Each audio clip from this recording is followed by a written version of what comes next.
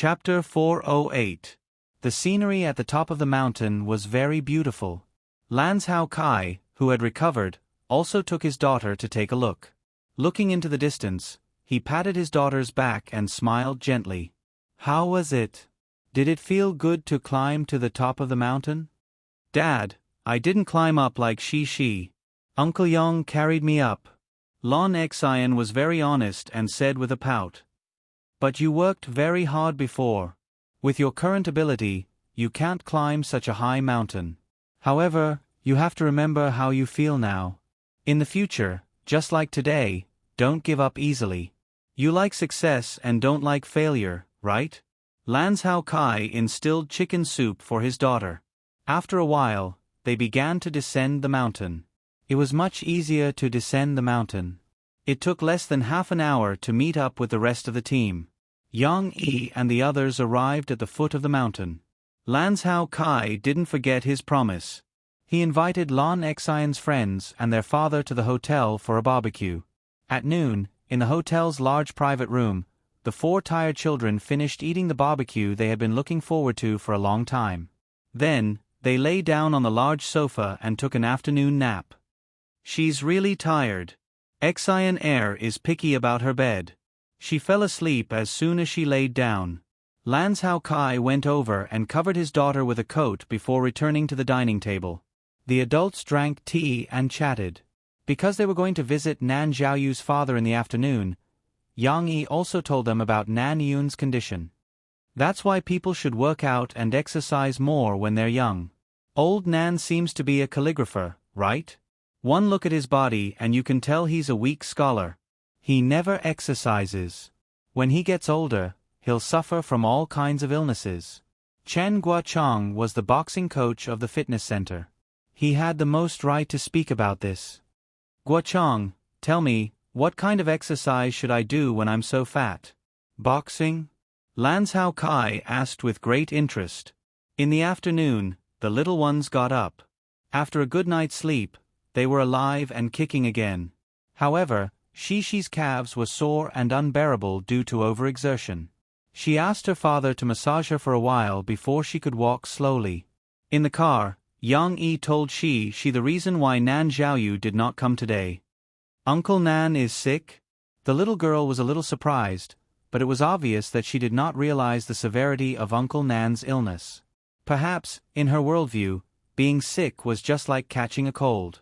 It would be uncomfortable, but it was not a big deal. Yeah, so we're going to visit him together. You have to comfort Nan Xiaoyu and tell him, Xiaoyu, don't be afraid, your father will get better. Yang Yi told his daughter as he drove. All right. She nodded obediently.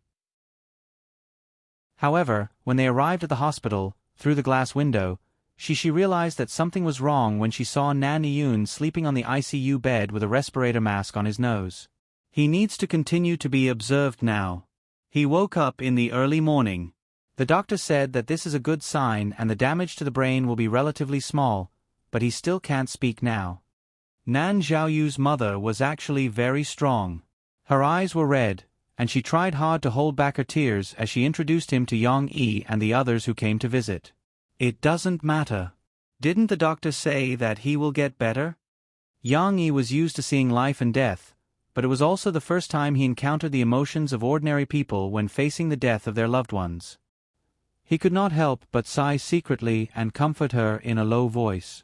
Nan family's eldest sister-in-law, I know that old Nan is the pillar of your family. If there are any difficulties at home now, you can just tell me. After all, Nan Xiaoyu and our family's Xian Air are very good friends and classmates. If there is anything I can help, I will definitely help. Lon Zhou Kai patted his chest and said, Thank you Xian Air's father. Nan Xiaoyu's mother wiped the tears from the corners of her eyes and said emotionally, In fact, there is no difficulty at home.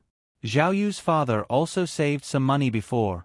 Now we don't think about anything, we just want him to recover as soon as possible. Xiaoyu can't live without a father.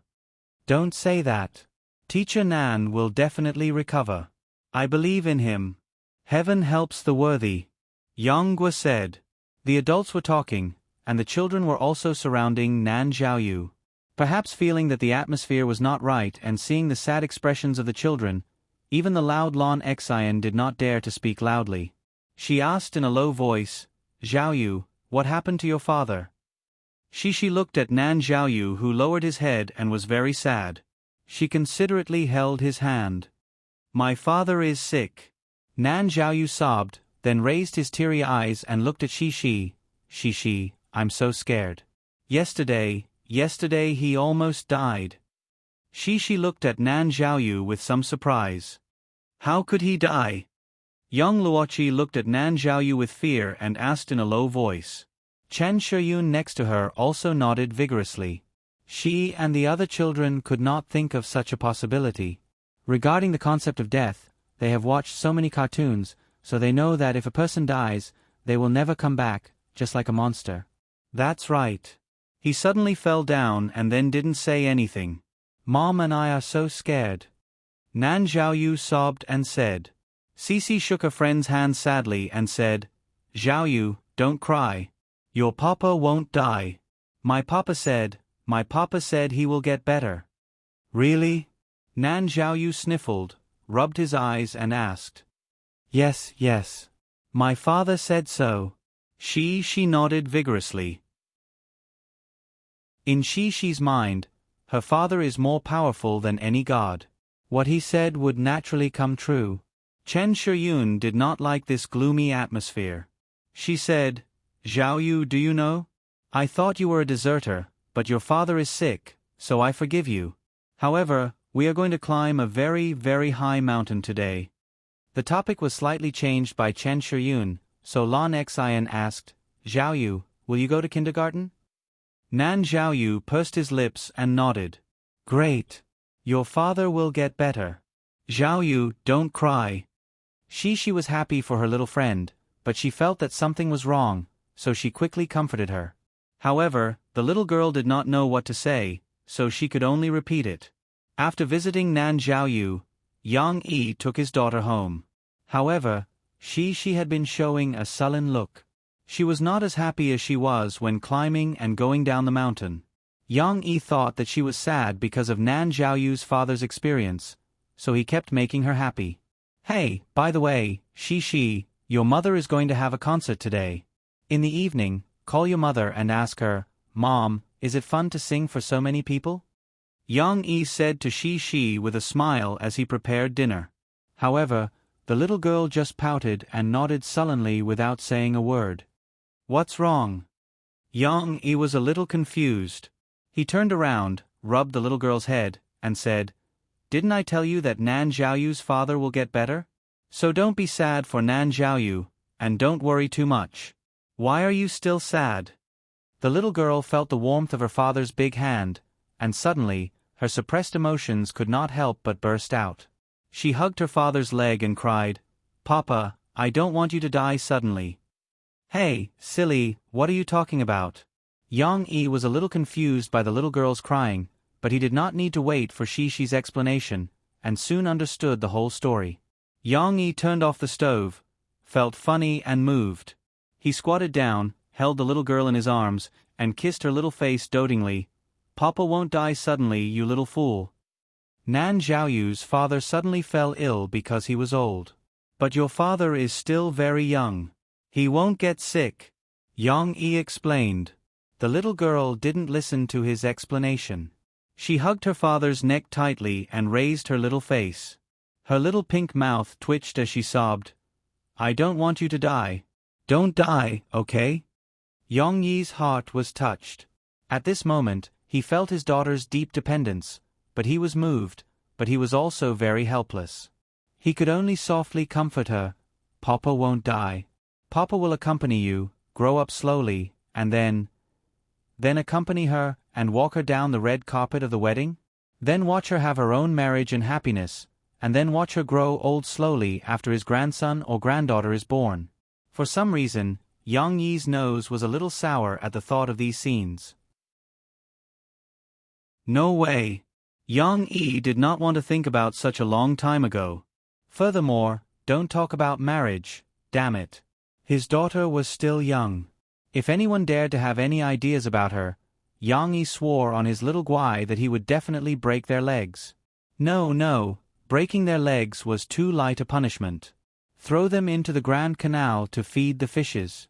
Anyway, such a character would never appear. At this moment, Shi interrupted Yang Yi's thoughts.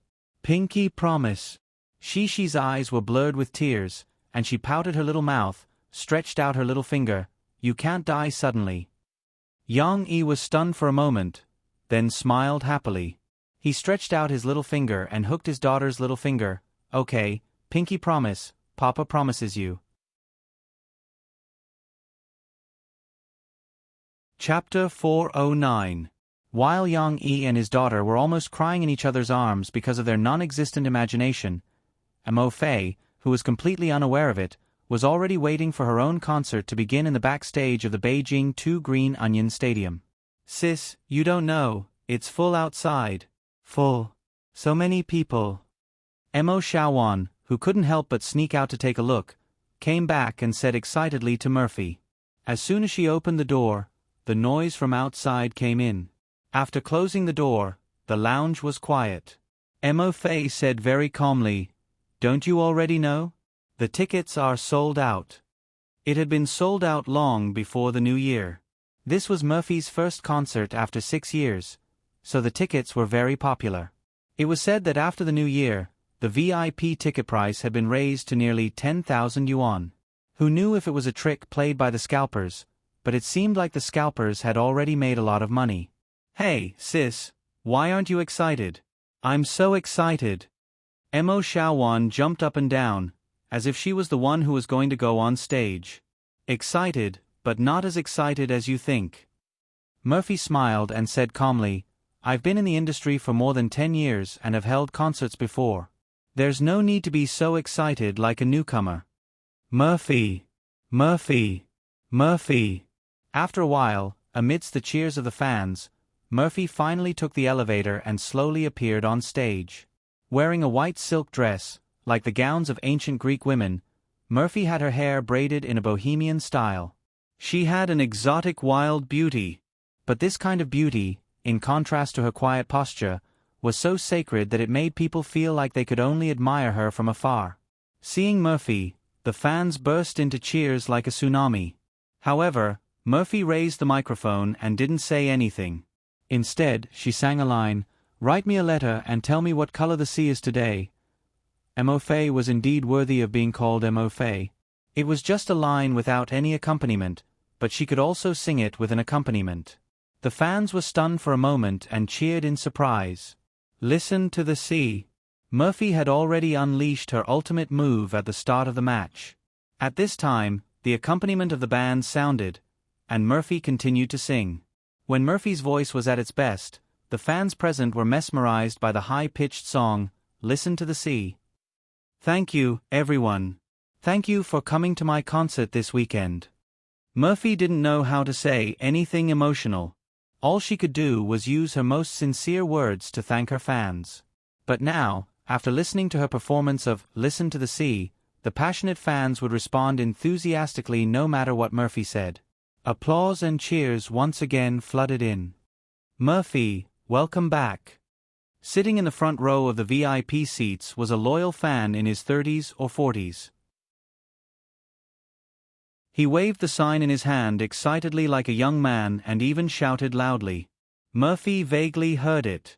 She was so grateful that tears welled up in her eyes. After calming herself down, she said, Thank you for your support. Actually, when I made my comeback, I still encountered a big failure. It was only because of all of you that I had the courage to continue to persevere in my dream. The original dream. The fans in the audience wanted to help Murphy shout the name of the next song. No, the song I want to sing next represents my hesitation and confusion at that time. In the face of overwhelming doubts, I was always worried that I would lose all of you. Fortunately, a person magically appeared. Before Murphy finished speaking, the fans couldn't wait to help her say the name of that person. Mu Xiong. Thank you, Mu Xiong. He wrote so many songs for me, and one of them, I Want to Sing for All of You. Murphy looked forward gratefully and said word by word, "Love me, don't go." This song still attracted a lot of cheers. Even if it was a little inconspicuous compared to the other songs, the quality of the entire album was very high. Even this song was in the hands of a considerable number of people. The languid and romantic saxophone sounded. The graceful melody caused the fans in the audience to sway. At this time, I'm still the same. The loneliness of the night makes people sad. Murphy's clean voice singing this song had a very unique charm. It made people listen to it as if they had met an innocent girl in a bar. Her sad frown always made people pity and love her. I don't have news of you, because I'm thinking of you. When Mo Fay said the last sentence, she held the microphone and closed her eyes. She said it in an ordinary tone, but it gave people a playful feeling. If you love me, don't go. If you say you don't love me. With Mo Fay's singing skills, it was very easy for her to control this song. It was just a short and long note, but the fans were all mesmerized by it. This song wasn't special, but with Murphy's words just now, the fans finally understood the emotions Murphy wanted to express. The reluctance and sadness permeated their hearts through the song. After the song, Murphy was still standing there. Without waiting for her to ask, the fans couldn't wait to shout, "I won't leave you. Murphy, we love you to the end. Come on, Murphy." Of course, the sad mood was quickly brushed away. Murphy then used "First Dream" and other songs to reignite the atmosphere. Murphy didn't invite any warm-up singers for this concert. She relied on her strong foundation and carried on the concert for nearly 3 hours. Even if there was only a short break for a few minutes to change clothes in the middle, even if she had to drink water on the stage in the middle, even if she sang the song "In My Voice," "Across the Sea to See You," and the encore "Listen to the Sea," Mo Fay still sang it perfectly. Murphy's fans were touched by her hard work. After the concert ended, the reporters waiting outside caught a few fans and asked them their thoughts. It was definitely worth it. Murphy's live performance was even better than listening to CDs. Even Eason praised her singing. The whole concert was a feast for the ears. Our Murphy may be beautiful, but she's different from those flirtatious B*cheese out there. Her singing is super good. You'll know when you hear it. The fans gave her very high praise. With such a good reputation, Mo Fay's other concerts in the future would probably be full of people. Leaving Murphy aside, the next day, Yang Yi asked Yang Huan to take care of Shi. He drove alone to the usual place, the remote and old warehouse, to meet Zhu Jie. Although Zhu Jie seemed to be very obedient, Yang Yi recently found that Zhu Jie's phone had changed owners and was now being used by his manager. He probably didn't want to use it anymore because the battery wasn't working well. After discovering this, Yang Yi hesitated for a while. He didn't turn off the eavesdropping device. Instead, he set the eavesdropping device to an automatic record, and then the record would be automatically deleted after a few days to keep a time-limited record. Basically, he wouldn't listen to it anymore, but he still had a backup plan in case he needed it in the future. Yang Yi couldn't eavesdrop on Zhu Jie, so he was a little worried that this guy would repeat himself. So, before meeting Zhu Jie, Yang Yi was very cautious and parked his car far away. Then, he sneaked over to make sure that Zhu Jie didn't cause any trouble. Then, he sneaked out and drove his car back.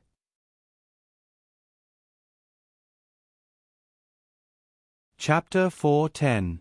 Zhu Jie was really looking forward to meeting Yang Yi. It was rare that he didn't procrastinate and arrived at the abandoned warehouse half an hour earlier. Yang Yi's late of course made Zhu Jie a little worried. When he saw Yang Yi, he couldn't help but complain, "Hey, Boss Mu Ziang, why are you so late? I thought you were going to stand me up. I called you here today to ask you for a favor." Yang Yi didn't beat around the bush and went straight to the point. Zhu Jie's spirit was lifted and he smiled. "What favor? Just tell me, I'll make sure you're satisfied." Last time, Mu Ziang said that it would depend on his performance. This was his chance to show off. Murphy won't renew her contract with Tianmei. Yang Yi said concisely. "What?" Zhu Jie was a little dumbfounded. Yang Yi glanced at him and didn't continue to say anything, but his eyes told him, "Yes, you didn't hear wrong. Sister Murphy won't renew her contract with Tian Mei. This is a big deal, Zhu Jie said, flabbergasted. Yes, she's going to open a studio with me, so she can't renew her contract with Tian Mei. Yang Yi explained a little, and then directly put forward his request. Aren't you Niu Meiling's nephew? You're also a shareholder of Tian Mei. I want you to help me mediate between us and let Niu Meiling accept Murphy's departure calmly. Everyone will part on good terms. Zhu Jie couldn't help but complain, but Sister Murphy isn't a small star like Zhen Zhen. She's the company's big sister. She's so famous. If she leaves, my aunt will definitely flip out. How can she accept it calmly? It's because it's troublesome that I want to ask you for help. Yang Yi used the word, please. Yang Yi looked at Zhu Jie's eyes, which made Zhu Jie feel like he was saying, can you do it? Zhu Jie seemed to be encouraged. He gritted his teeth and said, okay, I'll give it a try. But why did Sister Murphy leave? Isn't the weather beautiful? However, after asking this question, Zhu Jie slapped himself on the head. He smiled and said, I forgot that you guys are together. You can write songs for Sister Murphy, so Sister Murphy doesn't have to worry about anything else. Freedom points are pretty good too. Yang Yi gently nodded and said, Murphy not renewing her contract is indeed a big loss for Tian Mei, but we still have you, right? You're also very popular. After Murphy leaves, the resources that were originally given to her will be given to you. You might be able to become an A-list singer. Zhu Jie's eyes lit up when he heard this. He felt that what Yang Yi said made sense. Besides, you've helped me. If we can really part on good terms and maintain a good relationship, I might help you in the future. Yang Yi smiled and said, I've taken away your company's #1 sister. It's not impossible to train another #1 brother for your company. You're saying I'm a #1 brother? Zhu Jie's breathing was a little rapid. Of course, the most direct example is the song I wrote for you, Mistress. Although this song is very controversial, didn't it still make you popular? If Murphy and Tian Mei broke up and parted on bad terms, then I won't be happy if I write songs for you, right? If Murphy and Sister Ling parted on good terms, I won't have any grudges if I write songs for you. Yang Yi added fuel to the fire. Are you really going to write songs for me? Zhu Jie thought about how Yang Yi used 12 songs to push Murphy into a top singer and couldn't help but feel a little itchy. Yang Yi nodded, 2 songs. If this matter is done well, I'll write 2 songs for you. If it's not done well, then there's nothing I can do. Zhu Jie's head started to spin. When it came to some crooked ideas, his IQ started to come online again. I can tell my dad and let him discuss it with my aunt. My aunt won't not listen to my dad. Then, like you said, 1 less Murphy and 1 more Zhu Jie. Since they're both big stars, our Tian Mei won't lose too much. Well, anyway, Sister Murphy's departure can't be changed. I think my aunt will weigh the pros and cons and part on good terms with Sister Murphy. The more he thought about it, the more Zhu Jie felt that this matter was possible. He punched his palm and was abnormally excited. Then, it depends on your performance. Yang Yi was relieved. After he finished speaking, he prepared to leave. Hey, Boss Mu Xiang, don't be in a hurry to leave. Can you tell me what the 2 songs you're going to write for me are? Zhu Jie was itching and couldn't help but ask. Looking at his mischievous smile, Yang Yi actually wanted to give him a punch. To put it bluntly, he was asking for a beating. However, this kid was still a bit interesting. He was the most successful instigation he had ever done. Since he wanted to let him help him, Yang Yi also attached importance to Zhu Jie. How could it be possible to want the horse to be good and not eat grass? Yang Yi decided to give Zhu Jie a thought and urge him to help him. I can't give you 2 songs at once. I'll sing 1 song for you first. Then, when you're done, I'll give you the 2nd song. Of course, if you don't do it well and you take my song, don't blame me for being rude to you. Yang Yi warned him seriously.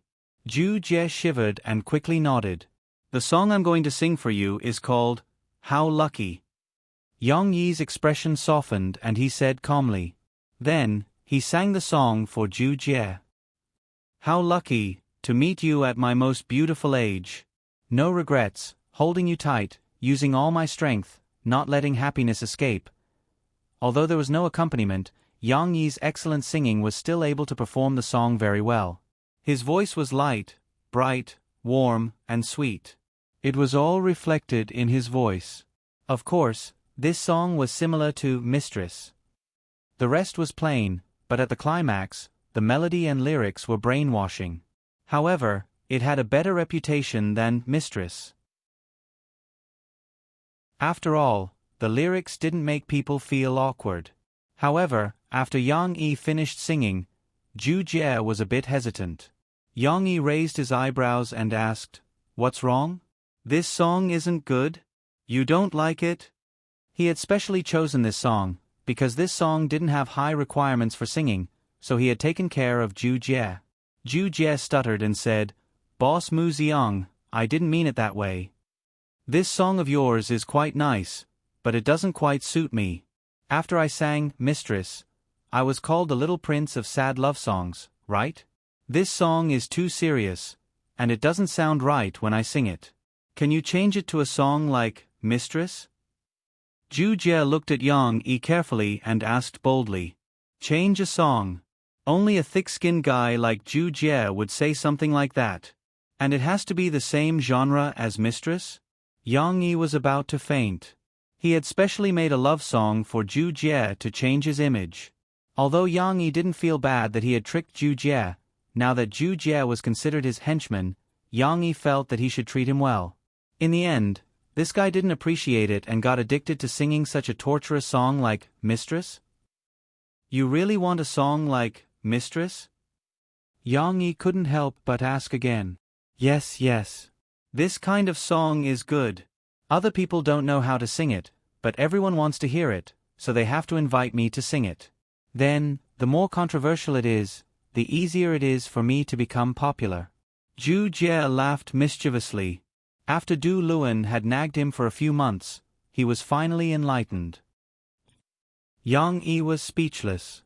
However, the road was chosen by others, so he said calmly, "All right, pretend that you didn't hear the song just now. I'll sing another one for you."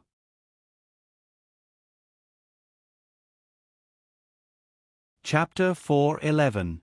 Yang Yi didn't like weird songs in his previous life.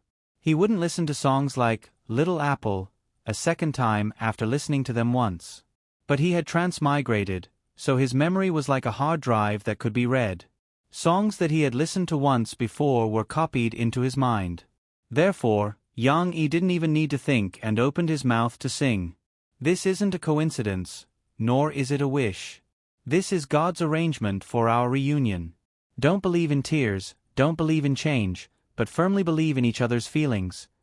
In his previous life, if Yang Yi sang the first few lines, 8 out of 10 people in the audience would be able to recognize the name of the song. However, this was Ju Jie's first time listening to it. The first few lines confused him. He didn't do well in primary school, so he couldn't understand the meaning of the song. Why does it sound so weird? It sounds like a positive song, but it doesn't seem like it? Ju Jie muttered in his heart. I want to go back to our first love. I want to see your smiling face again." Ju Jie understood this time. This was a sad love song, and it seemed to be sung for his first love. He was suddenly energized. Although he couldn't remember who his first love was, this song seemed to be quite easy to sing, and it was also quite nice. But then Yang Yi suddenly raised his voice. "That night, you didn't reject me. That night I hurt you." Ju Jie's eyes widened. He was shocked by the straightforward lyrics. If he was drinking water, he would definitely spit it out. "That night, your face was full of tears. That night, you got drunk for me." Ju Jie couldn't be more familiar with the plot described in the lyrics.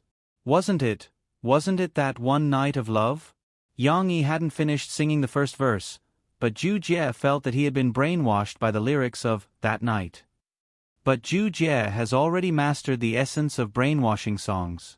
He knows how much damage the repeated lyrics have to the fans. Thinking of himself singing this song on the stage, thinking of the fans shaking the light sticks excitedly below the stage, Ju Jie can't help but have his eyes lit up and his nostrils flared with excitement. That night, I raised my wine glass. That night, my heart was broken. After Yang Yi sang the first verse, he couldn't sing anymore. To him, this brainless slobber song was simply poison. He didn't want to sing it a second time. What do you think of this song? Yang Yi stopped and asked Ju Jie.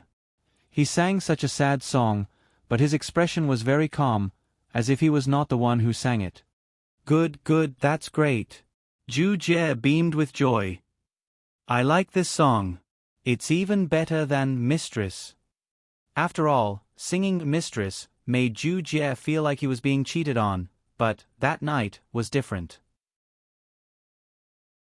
That night, you didn't reject me.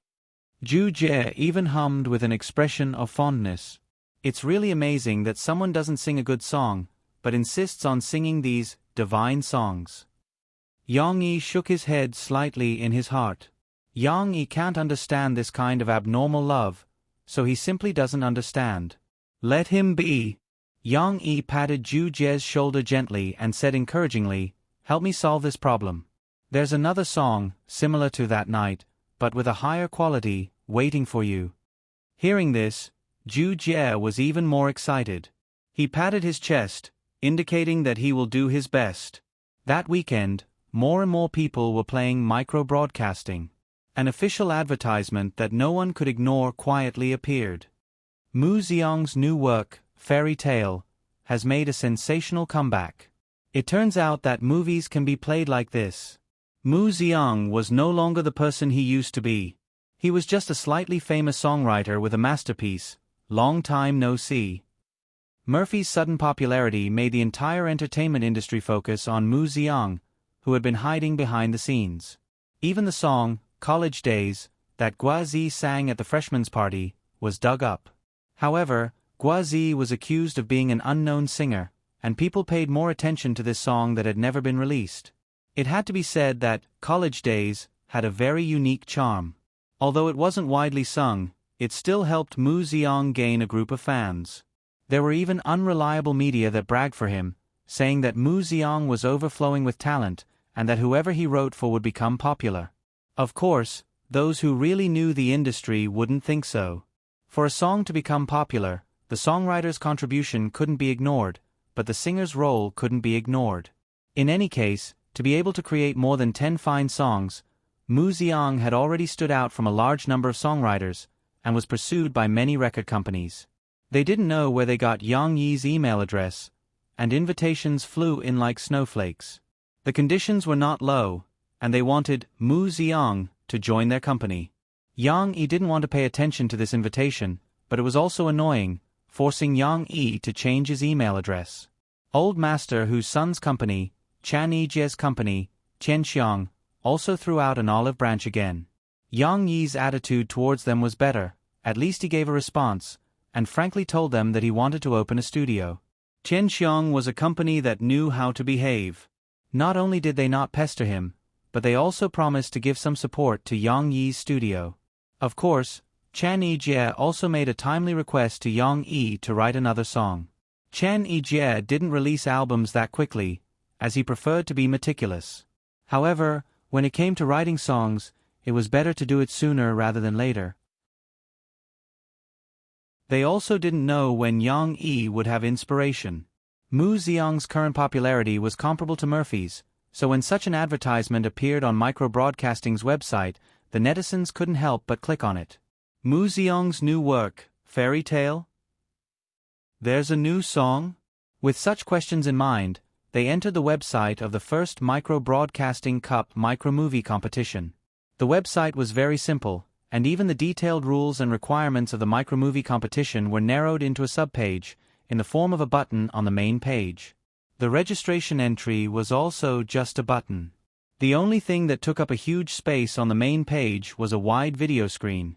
On the cover, it was a scene of Ah Guang playing the piano in the practice room with Su Sheshe standing behind him.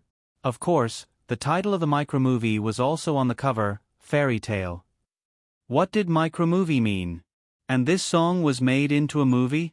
The netizens' curiosity was overflowing like the Yellow River, and they couldn't help but click on the video. The video unfolded like a movie. At first, it was a flashback, with a few people pushing a piano out of the darkness. Then, a fat man in a suit with a blank face walked out and bowed. The empty auditorium was strangely filled with people, as if it was just a camera change. This kind of dark tone gave people a very strong sense of oppression. The applause sounded, and the fat man stared blankly ahead. When the applause stopped, there seemed to be a faint, "do your best," in the empty performance hall. What did that mean? The netizens who had just clicked on the video were confused. However, the fat man turned around and walked to the piano with the stage lights on, and some information about the movie started to appear on the screen. It was just like a real movie. Fairy tale, director, Du Yuanlei, screenwriter, Yang Yi, fairy tale songwriter, Mu Xiang. Although the oppressive feeling at the beginning made many people uncomfortable, the netizens continued to watch because of this songwriter.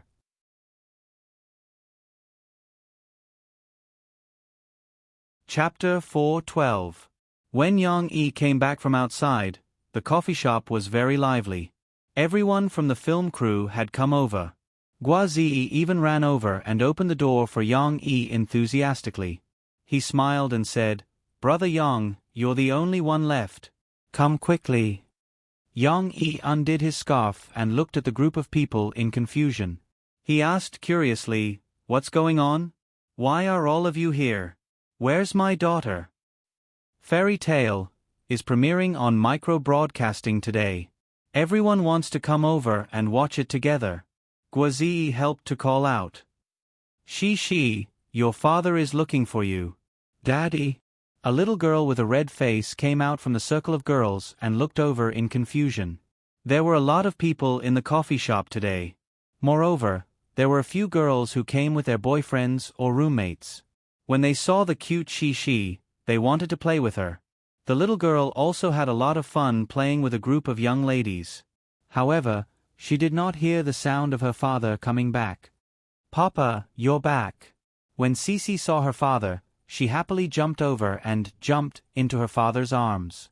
She did not wait for her father to speak and could not wait to introduce the new sisters she met today to him. Daddy, let me tell you. They're super funny." At this time, Guazi and Wang Chao had already connected the big screen to the computer and opened the web page of the first Weibo Cup micromovie competition. In the midst of everyone's cheers, Du Yuanlei's face was also red. She walked up and clicked on the video embarrassedly. Yang Yi and Du Yuanlei had watched this video a few times. However, at this time, when they watched it together in an environment with so many people, it felt a little different. It was a lot more fun. Almost every scene could cause everyone to talk about it. Many of the behind-the-scenes scenes during the filming of the micromovie were recalled.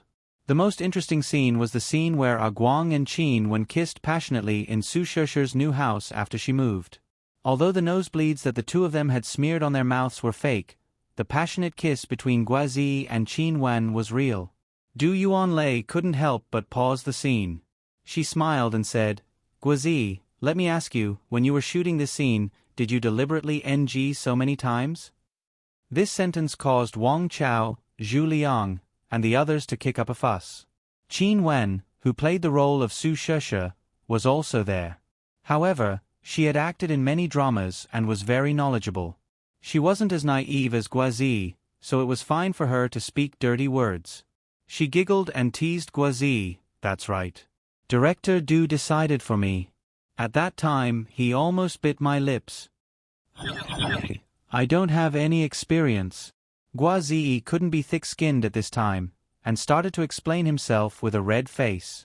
However, this also triggered an even louder laughter. Even Ding Xiang couldn't help but laugh as she glanced at Guazi. Wang Chao patted Guazi's shoulder and pretended to be good buddies. He said, "Xiao Gua, it's okay. You're still young. When you grow up and have a girlfriend, you'll have experience. Go. Get lost." Guazi laughed and pushed him away. On this side, it was lively, but on Yang Yi's side, she didn't let it go. She twisted her little head, pulled her father's hand, and anxiously said, "Papa, is it done? I want to watch it." It turned out that Yang Yi had covered the little girl's eyes when the kissing scene appeared. This part was not suitable for children. "No, you can't watch it yet," Yang Yi gently persuaded. However, she was really curious. Although she didn't understand what Uncle Gua and the others were talking about, she heard everyone's laughter. She felt that it would be a very interesting thing, and the little girl couldn't wait to watch it. She pulled her father's hand. Yang Yi was afraid that he would hurt his daughter, so he didn't use any strength at all. However, this really allowed her to open a small gap. Through the gap between her father's fingers, she saw the scene of Uncle Gua and Sister Qin when kissing on the big screen. Therefore, after a while, the video continued. Yang Yi loosened his hand that was covering his daughter's eyes. She pouted her little mouth, looking unhappy and unwilling to pay attention to her father. "Hey, why are you unhappy?" Yang Yi laughed as he scratched the little girl's delicate little nose and said, "Dad didn't let you watch that part just now because some scenes are not suitable for your age." "Papa, you're lying to a child." She couldn't pretend anymore. She pouted and said angrily, "That's not it. Uncle Gua and Sister Qin when kissing, it's not that you can't watch it. You and Mom also kiss." Yang Yi was stunned, and the few girls next to him covered their mouths and laughed secretly. The copyright protection in this world was very good, so the micro-movie, Fairy Tale, also needed to be paid to watch. Although the cost was only a few cents, it was still money after all. In order to promote this micro-movie competition, Micro-Broadcasting chose to make it free on the first day of the premiere. Indeed, it attracted a lot of traffic for this video. The number of people who watched it reached 3 million in 24 hours. Of course, this was also because of Micro-Broadcasting's drainage. However, what was surprising was that on the second day, Fairy Tale started to be charged. Many of the netizens who watched it on the first day actually chose to come back and pay. Good work, good song. If I don't pay for this video, I won't feel at ease. If I don't buy this video, I won't be able to watch it in the future even if I want to. I won't feel at ease.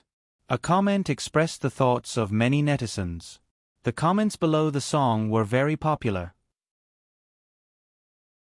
Many were praising the fairy tale written by Mu Xiang, but there were also many who were passionately commenting on this micro-movie.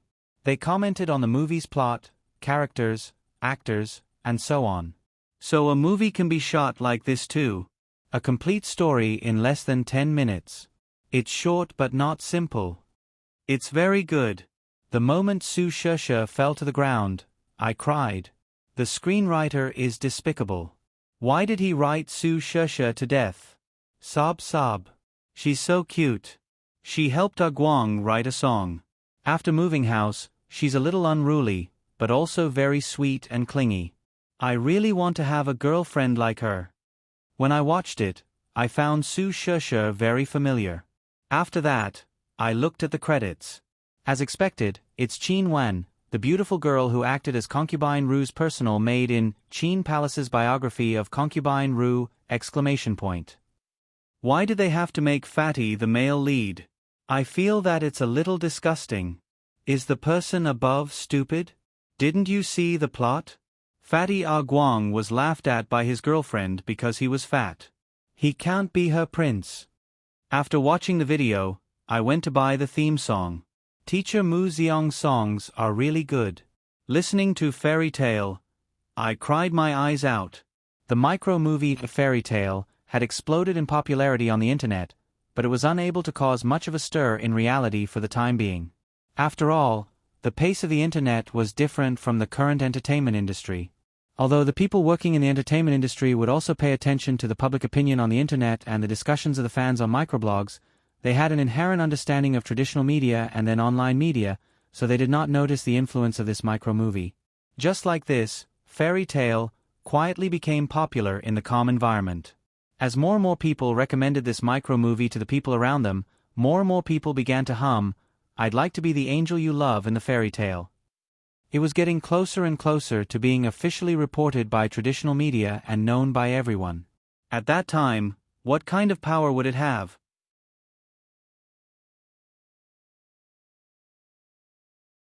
Chapter 4:13. After Murphy held a concert in Beijing, she did not return immediately. She also attended a signing event on the weekend according to the company's arrangement. She did not return to Zhongqing until Monday. Sister, are we still going back to the company? Or are we going home directly? Mo Xiaowan raised her hand and looked at her watch. Murphy's mouth moved.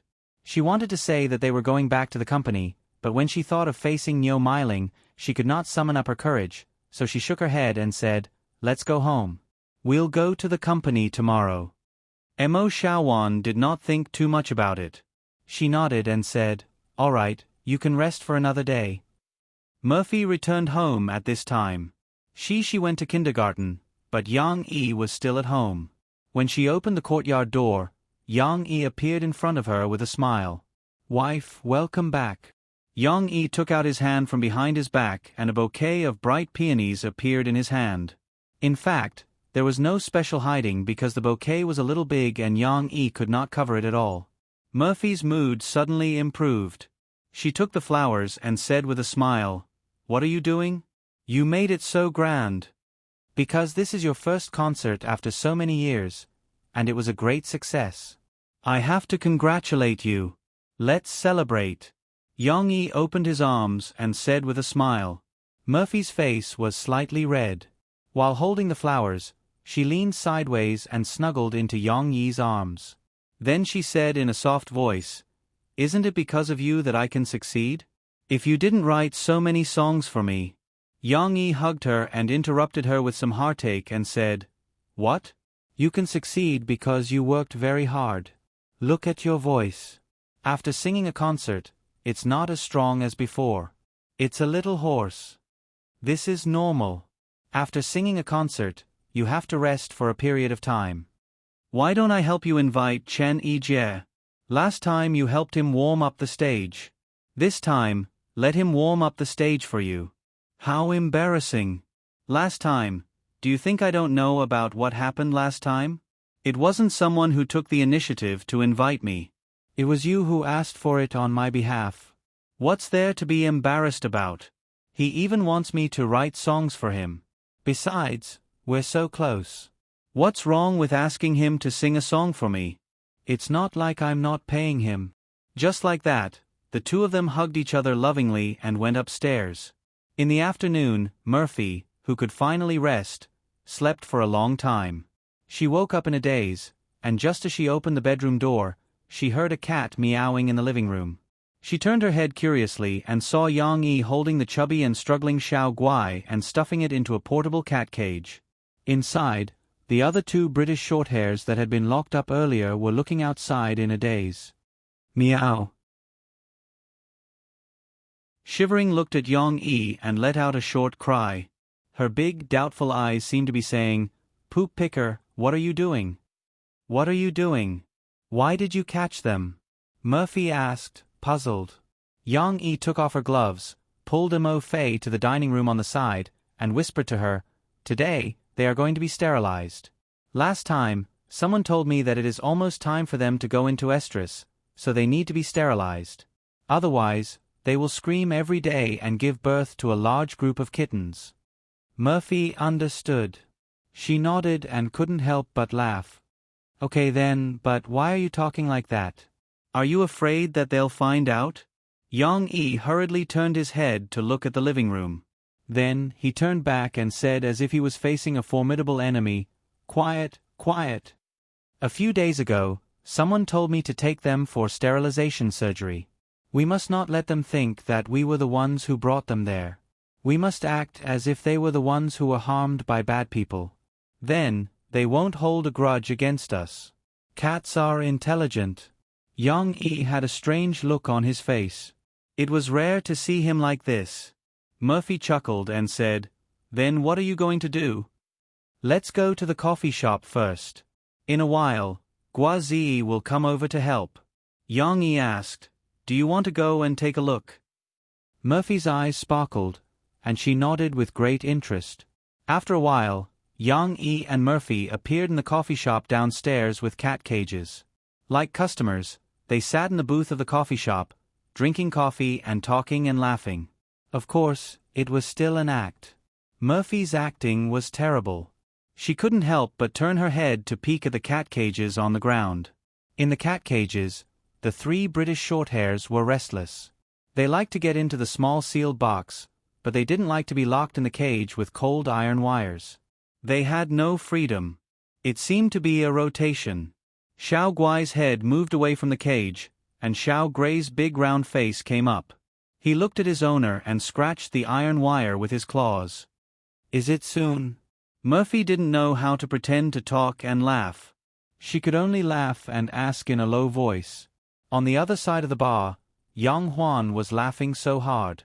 She saw that Ding Xiang was helping Guazi. Guazi was wearing a crooked hat and a big pair of sunglasses. Ding Xiang was also helping him tie a big cloth to cover his face. Where did you get this mask? Why does it look like the big floral underwear of the aunties in our village?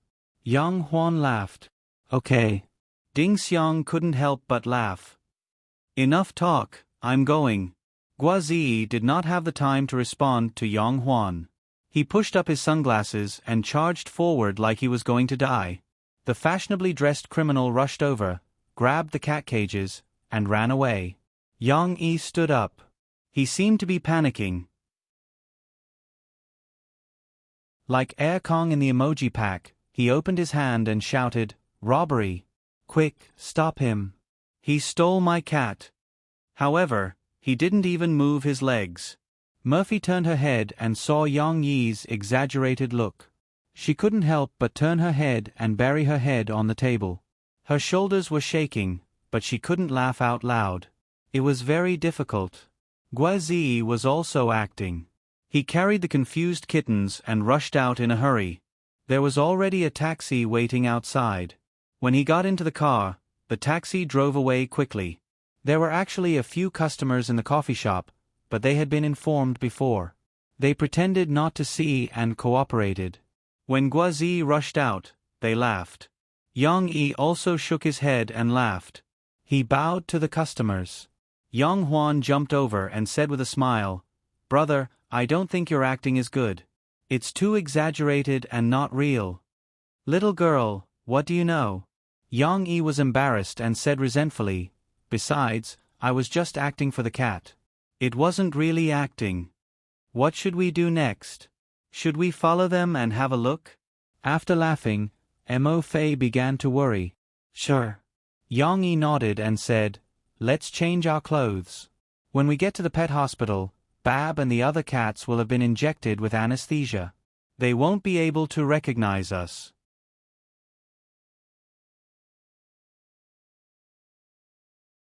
Chapter 4:14.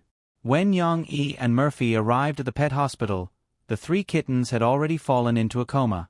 This pet hospital was relatively large, and there were enough doctors to perform 3 operations at the same time. "How is it? When do we start?" Yang Yi asked Guazi in a low voice. Although Murphy had raised cats when she was young, this was the first time she had seen cats that had been injected with anesthesia. Looking at the 3 British Shorthairs with their eyes open, she was so scared that she hid behind Yang Yi. Soon, the doctor said that we need to wait for 15 minutes for the anesthesia to take effect. "It has been 12 or 13 minutes. Guazi said. He had taken off his mask, hat, and glasses, so he didn't look so out of place anymore. After Mo Fei confirmed that the cat's eyes were open after the anesthetic injection, she was relieved. She leaned over with Yang Yi and touched little Guai, who was still warm. "Look at them, they are so magical." Murphy whispered to Yang Yi, as if she was afraid that the kittens would hear her. It was indeed magical. They were all lying on their sides on the small white beds, unconscious, with their tongues hanging out and their eyes crooked. "Let me tell you, this is fun." Guazi smirked and raised his eyes at Yang Yi and the others. Then, he walked over to Dodo and stretched out his hand to pull Dodo's tongue. Dodo's pink tongue was stretched out by Guazi and then retracted a little. Pfft! Murphy couldn't help but laugh. She cried, "Don't torture them, they are already so miserable."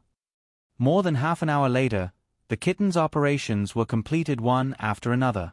Although Yang E and Murphy were very concerned, they couldn't pick up the kittens yet. The doctor had to use a special lifting position to put the kittens that had just been operated on into the pet box that had been brought over before. These little patients were treated very well. There was a layer of mats in the pet box, and Yang E covered them with soft blankets after they lay down. After a while, the anesthesia gradually wore off. Yang E and Murphy blew on the kitten's eyes according to the method taught by the doctor. Gradually, Darling blinked and began to wake up. Yang E and Murphy looked at each other, and suddenly they both began to act. "Oh, Darling, Dodo, Gray, Daddy, Mommy, I finally found you. That damned bastard abducted you all." The damned Guazi had already slipped away. His scenes had already been completed, and now he was in a hurry to return to the coffee shop to report the good news.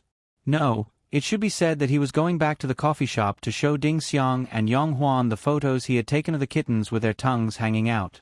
It was so funny. Yang Yi didn't know whether the kittens could understand him or not. Anyway, he saw that they only moved their eyes a little, and they hadn't completely woken up from the anesthesia. But at this time, it was almost time to take them home to rest. She was taken home by her father. Today, the little girl was very happy because her little friend brought her good news. She had already told her father in the car, but she still couldn't wait to tell her mom, "Mom, Xiaoyu's papa has recovered. Either he has recovered, or he can talk, and he's not scary anymore." Murphy looked at Yang Yi confusedly. She didn't know what her daughter was talking about. Yang Yi didn't say it before because he was afraid that it would affect Murphy's mood. This woman was cold on the outside but warm on the inside, and it was easy for her to be affected by this kind of thing. But now that it was mentioned, he told Murphy about Nan Xiaoyu's father's cerebral infarction. "I almost died." The little girl nodded vigorously and said sadly, "I was so scared." "Don't be scared. Didn't Dad make a pinky promise with you?" Yang Yi smiled and patted his daughter's back. Hee, okay then." She wasn't as emotional as she was that night, but she quickly cheered up and ran to the living room. On Saturday night, she was crying, worried that I would suddenly die. Yang Yi told Murphy about the situation where he and she hugged and cried. Of course, he was concise and didn't deliberately stir up emotions. Murphy sighed faintly and said slightly solemnly, "It's just like the fairy tale you wrote. I don't know when people will suddenly disappear. I'm also scared." The fairy tale micro-movie. Murphy watched it earlier than anyone else. Because when Yang Yi took it back from Du Yuan Lei, she wanted to watch Shi's scenes. It could be said that she had watched this micro-movie countless times and almost memorized the plot, but every time she watched it, she would feel sad. "Silly, what are you thinking about?" Yang Yi hugged her in his arms and stroked her hair. He smiled and said, She is 4.5 years old. I think it's normal for her to think too much." "How old are you? Why are you still scaring yourself?" However, Murphy raised her head and pouted like a little girl. She said unhappily, "If I suddenly die of illness like Su Sheshe, you must not mistreat yourself and find another woman. As long as you can treat Shi well, it's fine." Towards the end, she looked like she was about to cry. Yang Yi angrily knocked her head and said, "You're thinking about these things that don't even have a shadow, and you still want to arrange things for me? Instead of thinking about these things, it's better to think about how to live well. Let's live a good life. Woo-woo, you're going to find another woman, and you still hit me." Murphy made an aggrieved look. Yang Yi froze for a moment, and he couldn't help but laugh. "You're still laughing at me." Murphy sniffled. Her appearance was extremely cute. "Who said I'm going to find another woman? Let me tell you, baby. You're my one and only." Yang Yi almost sang out. "You didn't object." Murphy didn't let it go. She hammered Yang Yi's chest and said angrily, Hee, so you were just setting a trap for me." When the two were flirting here, she nervously ran over. She didn't pay attention to her parents who were awkwardly separated, and anxiously pulled her father's clothes. Papa, look, what happened to Xiao Guai, Xiao Hui, and Dodo? She was referring to the 3 British shorthairs who had just woken up, but seemed to still be under the influence of the anesthetic. They were stumbling as if they were drunk, and from time to time, they would roll around on the soft carpet. Yang Yi followed Shi. After seeing that there were no other problems, he smiled and said to Shi, "It's okay, they're a little abnormal today, but they'll be fine tomorrow." Then, Papa, why are they wearing clothes? She looked at the gauze wrapped around the kittens and asked puzzledly. Perhaps noticing the gazes of their owners, the kittens all turned their heads and looked over. Xiao Hui lowered its head and meowed, looking a little dispirited. Dodo was a little irritable. She grabbed the frame of the cat tree and made a hissing sound that didn't sound like a cat's. Well, that's because today is a little special, so they're wearing it temporarily. They'll be fine tomorrow. Yang Yi could only give an excuse. He couldn't tell Shi that they had been sterilized, right? The little girl would definitely continue to ask about sterilization. But Shi still felt that her doubts had not been solved. No buts. You don't have to play with them today anyway. Their tempers are a little unstable, so don't let them catch you. Yang Yi pulled his daughter and said softly. This was also the advice of other cat owners in the hospital. Perhaps it was because of the pain, or the fear after being drugged, or the gauze wrapped around their bodies, but the 3 British shorthairs were in a different state than usual. Okay. But, will Xiao Guai and the others be fine? Shi looked at her father with her big eyes with sadness. Yes, they'll be fine tomorrow. Yang Yi himself was not very sure, but his tone was very sure to give his daughter confidence.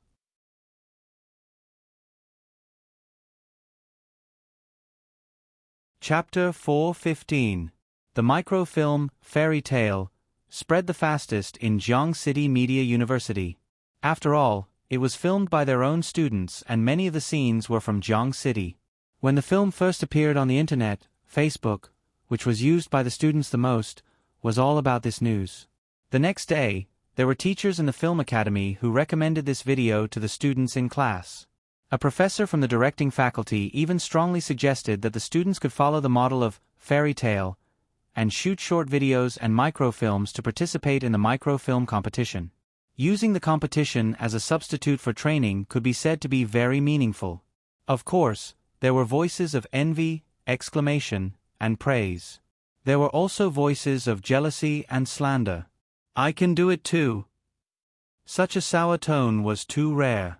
However, no one knew that after watching this microfilm that became popular on the internet, someone's intestines turned green with regret.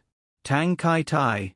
Although he was forgetful and couldn't remember the original script and only felt that the plot was a little different from before, now that he saw that the same group of people had actually filmed such a popular movie and that the fatty he looked down on had actually stood out and even gained the support of many fangirls, Tang Kai Tai regretted it when he thought about how he had rejected the role himself.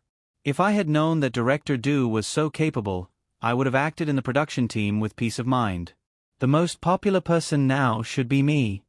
However, in the end, Tang Kai Tai was more willing to find the reason from others. It's all because of that fatty and that Mu Ziong. He wrote songs for that fatty and didn't write for me. F***ck, this should have been my honor. Because of this, he also had a deep grudge against Guazi, Mu Ziong, and even Du Yuanlei. Once Fairy Tale was released, it affected many people, including Lin Mu N. However, his mentality wasn't as twisted as Tang Kai Tai's. That night, Lin Mu An and his girlfriend, Ran Jean, used the computer to watch Fairy Tale in their teacher's apartment. This microfilm was a little like a Korean drama. There was no doubt that it was lethal to women. Ran Jean was so touched that she shed tears. Lin Mu An took a tissue and handed it to Ran Jean. He sighed softly and said, "Do you know who Mu Ziong is who wrote the song Fairy Tale?" "Yes, he wrote Murphy's and Chen Yijia's songs, right?" Ran Jean said. "Yes, and Mu Ziong is my boss, Brother Yang." Lin Mu An smiled bitterly. "I only found out today. I didn't expect my boss to be such a great songwriter. Also, You probably didn't expect the lady boss to be Murphy. Murphy? Ranjin was shocked. She had seen Murphy from afar before, but she didn't take a closer look. Lin Mu and had gone to participate in the audition in Tingshan district a few days ago and did not attend the crew's gathering. Previously, Yang Yi didn't deliberately show off his identity, so Gua Ziyi and the others tacitly didn't say anything. When Lin Mu and came back today, he asked curiously, "Hey, this Mu Ziong, how do you know him?" Then Yang Huan and Ding Xiang explained it to him with a smile. Otherwise, he would still be in the dark. But that's true. I looked into the song he sang that day, but I couldn't find it. I guess Brother Yang wrote it too. Lin Mu and didn't care about Murphy's question. He looked at Gua Ziyi, who was singing passionately in the video, and said enviously, "Do you want your boss to write songs for you too?" Ranjin knew her boyfriend too well. He was a little introverted and shy. He didn't know how to ask for help, and he would keep his feelings to himself. "Yes. I do, but I don't know how to say it." Lin Mu and moved his lips, but he still sighed. To Ranjin, he still told her his feelings. It was normal to want it, but it would be abnormal if he didn't. After all, the name Mu Ziong was too famous. It was like a golden finger. Whoever he pointed to would get pregnant. No, whoever he pointed to would get famous. In the entire entertainment industry, there weren't many singers who didn't want Mu Ziong to write songs for them. Lin Mu and didn't know any songwriters. If he wanted to have his own songs, he could only think of this channel. But he could only think about it. And I don't have any capital. Even if I asked, I don't have the money or the qualifications to beg Brother Yang to write songs for me. I heard that many companies wouldn't sell a song for $1 million. Lin Mu and said to Ranjin sadly, "Actually, you said that your boss is Mu Ziong." Ranjin carefully recalled Lin Mu and's usual work situation, hesitated for a moment, and said, "I think it would be better if you didn't ask your boss to write songs for you." Lin Mu and was a little surprised. However, he still trusted his girlfriend's judgment. So he looked at her and asked curiously, "How so?" "I occasionally read the gossip news. There are a lot of rumors about Mu Ziong this year. But until now, he has only written songs for Chan Yijie, Murphy, and this Guang." Ranjin said. Guang is played by Gua Ziyi. We all call him Xiao Gua. Lin Mu and said, "Well, anyway, I think that Boss Yang is not the kind of person who is greedy for money. He has written a lot of good songs, but he won't give them to anyone who wants them." Ranjin said confidently, "He is more picky about the singing skills of the singers, such as Chan Yijie and Murphy. Their singing skills are very good." Lin Mu An's eyes were a little dim. He was a little confident in his singing skills. After all, he was best at singing with a falsetto. But compared to these two people, Lin Mu An was still a little ashamed. "But your boss will not only write songs for singers with singing skills. Look at Guang, who is Xiao Gua. He can also sing fairy tale. This shows that he still takes care of his friends." Lin Mu An asked with some doubts, "But why hasn't Brother Yang expressed his intention to write songs for me? Maybe he thinks that you are still a little lacking? Or maybe he still needs to observe your character. He doesn't know you well enough." Ranjin thought. She shook her head and said, "No matter what, if you take the initiative to ask for songs, it won't be good. This will make him have a bad opinion of you." It had to be said that Ranjin's feeling was very accurate. "What do I need to do?" Lin Mu An asked. "Don't think about anything. Just like before, seriously work as a pianist in the coffee shop. Do whatever the boss asks you to do." Ranjin said. To be honest, Ranjin liked Lin Mu An's current job. The income was not low, and the content was simple. She didn't know how much selfishness there was in her suggestion. Of course, she was indeed helping Lin Mu An think of a way. As a counselor, figuring out other people's state of mind was also a unique skill. But Brother Yang also supports me to participate in the Song of Youth competition. Lin Mu and frowned and said, "Then you should talk to them more about this competition. For example, the information about your opponent. Let your friends in the coffee shop help you come up with ideas on how to defeat your opponent. Don't isolate yourself because of the competition. You have to integrate into your boss circle. If he has a good song, then he will want you," Ran Jin said to Lin Mu An. Although Lin Mu An still had some doubts, he still listened to his girlfriend's advice and put away his drifting heart from participating in the competition. He didn't know that it was fortunate that Ran Jin had grabbed the string and pulled him back, preventing him from flying further and further away on the path of chasing after dreams. After 2 days of hesitation, Murphy finally made up her mind. She was going to talk to Niu Meiling. Yang Yi was right. She couldn't keep dragging it out because that would make things worse. Sister Ling would also feel that she had been deceiving her feelings and bear a grudge against her. "You can talk to your sister Ling directly, but don't worry. This matter can't be rushed." This was Yang Yi's original words. Murphy remembered the second half, but ignored the part where Yang Yi said that he would help her think of a way. Murphy foolishly thought that Yang Yi didn't want her to affect the concert and wait until the concert was over to talk to Niu Meiling. Now that the concert in Beijing was over, the concert in Shanghai was still a while away. Murphy felt that it was time for her to talk to Niu Meiling.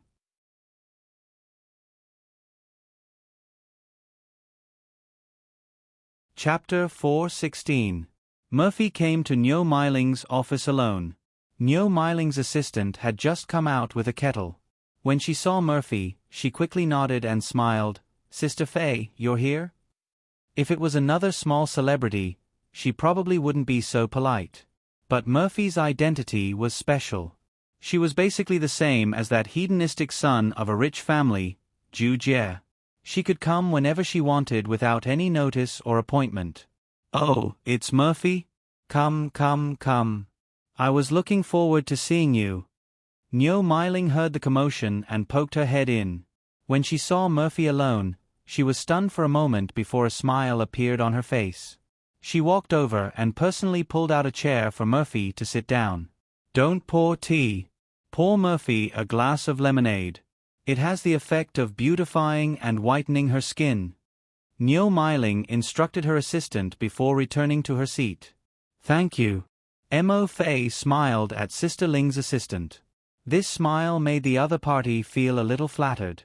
It should be known that although Mo Fei would not miss these necessary etiquettes in the past, she rarely showed her smile. Murphy also slowly changed in her happy life. Mo Shaowan didn't notice it, but these people who didn't spend much time with Murphy felt it more obvious. After some small talk and waiting for the assistant to leave, Niu Meiling cut to the chase. "Murphy, what do you think of the contract you brought back last time? If there are any terms that you don't think are suitable, we can continue to talk." Niu Meiling said with a smile. Whether or not they could reach an agreement was another matter. She first showed her goodwill. However, she was destined to be disappointed. Murphy's expression was a little hesitant. She bit her lower lip and said straightforwardly, "Sister Ling, I'm sorry. I don't want to renew the contract." Before this, Murphy had made countless drafts in her mind, but she couldn't think of a way to tactfully express her thoughts. She might as well say it directly. After saying that, Mo Fei breathed a sigh of relief. The burden that had been in his heart before had been put down. However, there were other burdens. "What did you say?" Niu Meiling was stunned. She couldn't believe her ears. After Murphy opened her mouth, she calmly explained to Niu Meiling, "Sister Ling, don't misunderstand. I don't want to join another management company. Instead, I've decided to open my own studio and manage my artist's affairs independently." Niu Meiling heard Mo Fei's explanation, but she didn't listen to it at all. She was very angry. She stared at Mo Fei closely, slammed the table and shouted, "Mo Fei, do you know what you are talking about?" Murphy was stunned. Niu Meiling didn't give Murphy a chance to speak. She said angrily, "The company spent so many resources to nurture you. You wanted to make a comeback? Fine, I'll release an album for you. You didn't do well, so you wanted to release an album yourself. Fine, Zhen Zhen's album hasn't been released yet. How much effort did the company pour into you? Do you know? I know. Before Murphy could finish, she was interrupted by Niu Meiling. No, you don't know. Niu Meiling sneered. If you knew, you wouldn't have gone back on your words. On one hand, you dragged the company and refused to renew the contract. On the other hand, you're planning to leave. You're a big star now. The company only has 4 months left on your contract. They can't stop you. You're proud, aren't you? Murphy felt a little uncomfortable being choked by Niu Meiling. Her eyes reddened. It's not like that, Sister Ling. It's not what you think. I just want freedom. I don't like jobs and commercial performances. They're too complicated. I just want to be a musician. Mo Fei bit her lower lip to stop her tears from flowing out. She tried to explain, in Tianmei, I can't feel this kind of freedom, so I want to open my own studio. I don't want to betray you and Tianmei. Can you understand? Understand my ass. If this isn't betrayal, what is? Niu Meiling cursed. She was flustered and exasperated. Let me tell you, Murphy. Don't think of being a singer and the entertainment industry as simple. Freedom. Do you think you can be arrogant now that you have some achievements? You want freedom? Every singer doesn't need to participate in jobs? Don't need to participate in commercial performances? Do you think it's so easy to accumulate fame? Niu Meiling's words were said out of anger. In fact, jobs and commercial performances were used to consume a star's popularity to a certain extent and convert it into real money. Even if it had the effect of maintaining popularity, it could only offset the consumption.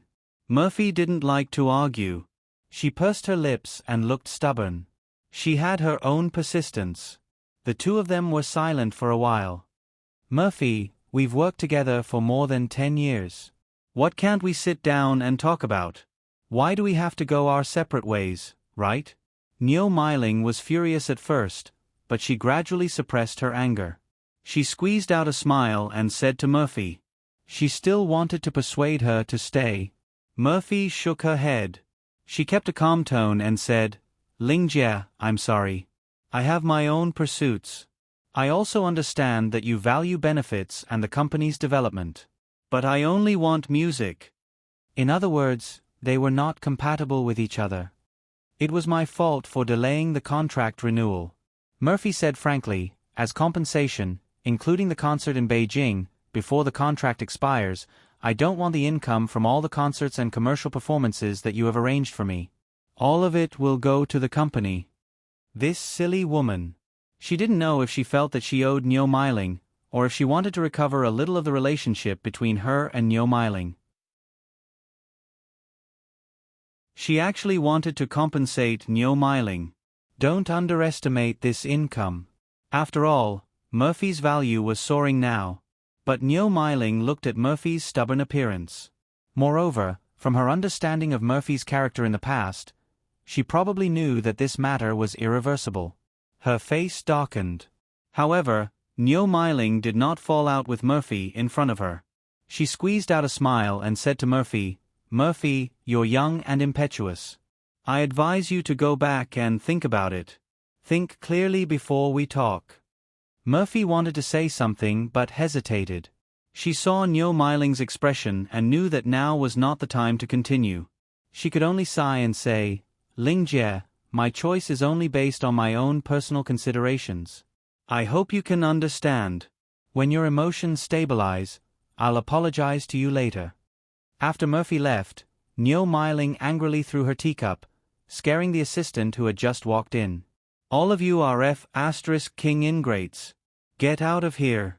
Don't bother me if you have nothing to do. Niu Meiling roared. The assistant shrank his head, hid out, and closed the door. What did Lingjie Murphy say? What made Lingjie so angry? The assistant secretly listened outside the door. Although the soundproofing was good, she still heard the sound of things being smashed. She secretly clicked her tongue. How was it just anger? Niu Meiling was extremely angry now. Her face was gloomy. She sat in her chair for a while before suddenly getting up. She opened the door and stared at the assistant who was pretending to read a magazine. Call manager Genova.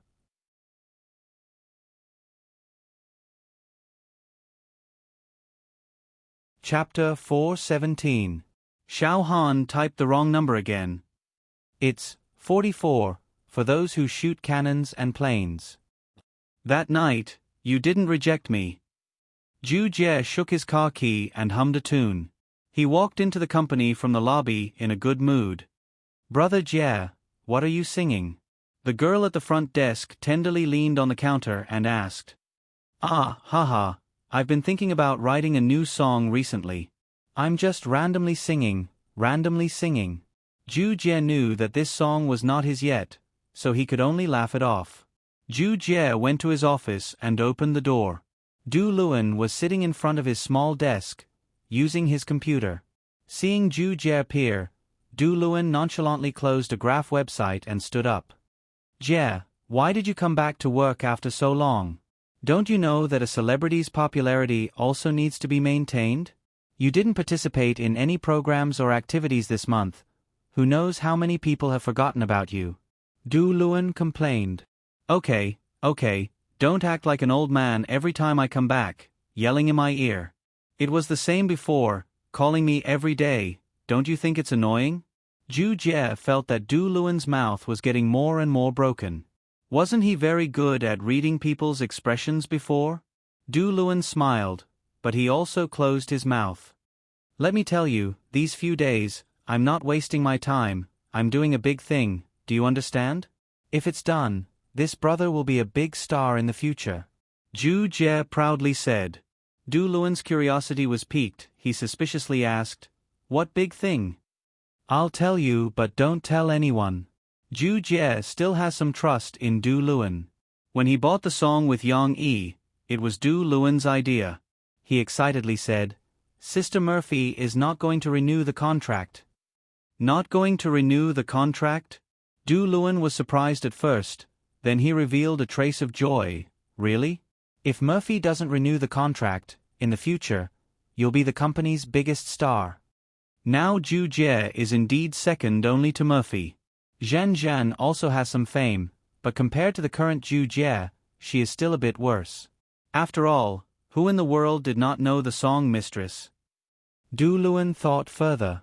For example, after Murphy left, Tian Mei would focus on nurturing Zhu Jie.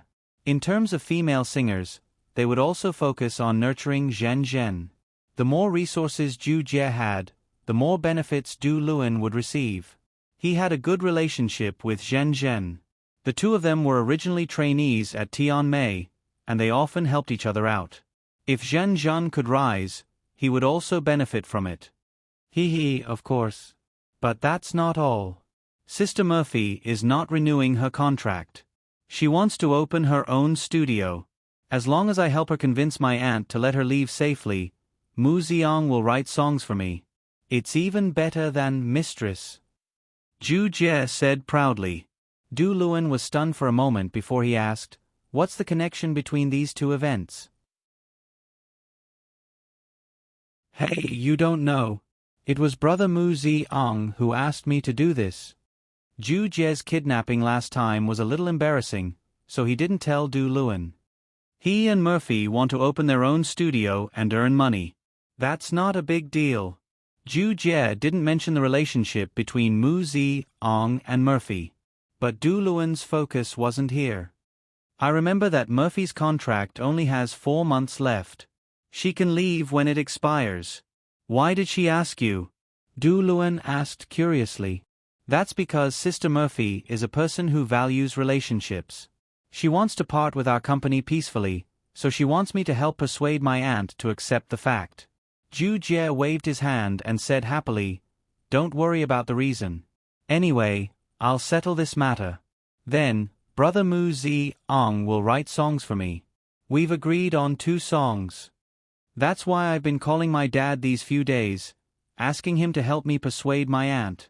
Zhu Jie said, helping relatives and not outsiders. His son wanted to be a big star.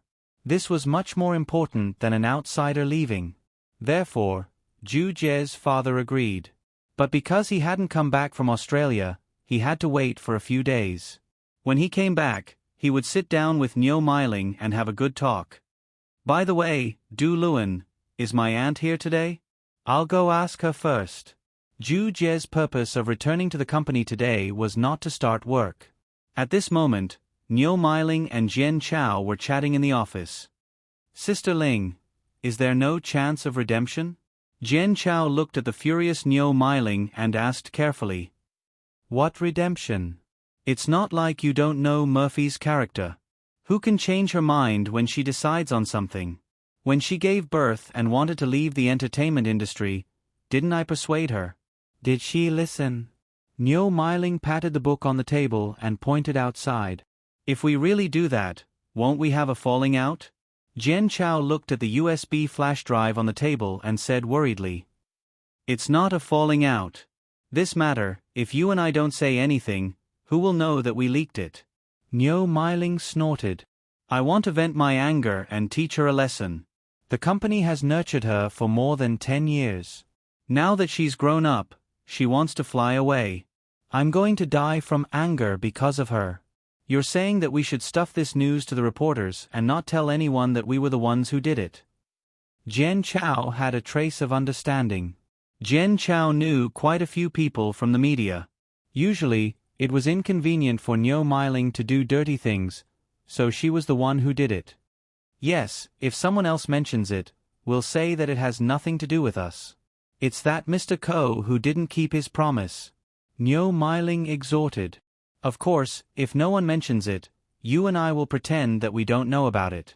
Jian Chao nodded and smiled. I naturally know that. But Sister Ling, what's the point of doing this? You can't make her change her mind, nor can you warn the others who saw Murphy wanting to leave. Is it just to vent your anger? Humph, of course it's not just to vent my anger. Didn't she say that she wanted to fight alone and felt that she was very powerful and didn't need the company's support? Let her try it out. If she encountered trouble and no one was there to help her with public relations, she would see how she would deal with it. I want her to understand that the world isn't as naive as she thinks. Niu Meiling said proudly. I understand, Sister Ling. You're killing 2 birds with 1 stone.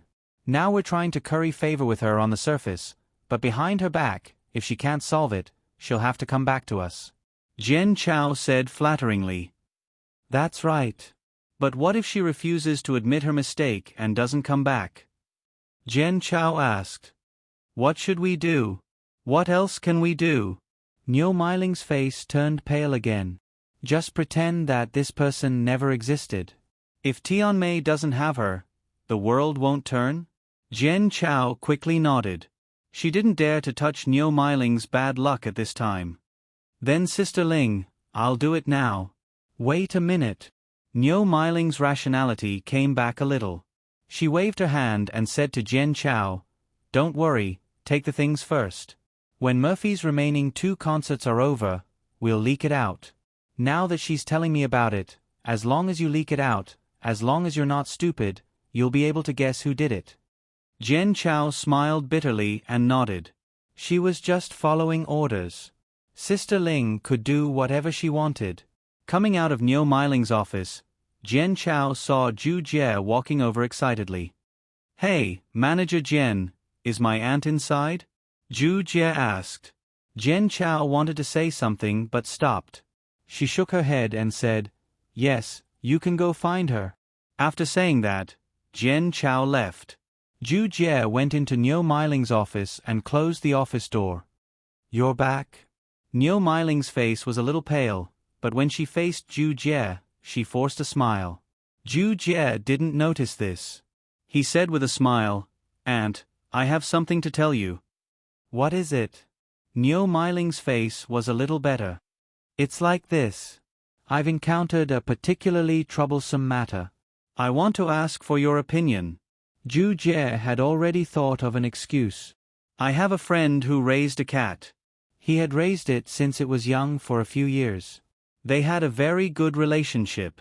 But then, a male cat suddenly came and took her cat away without saying anything.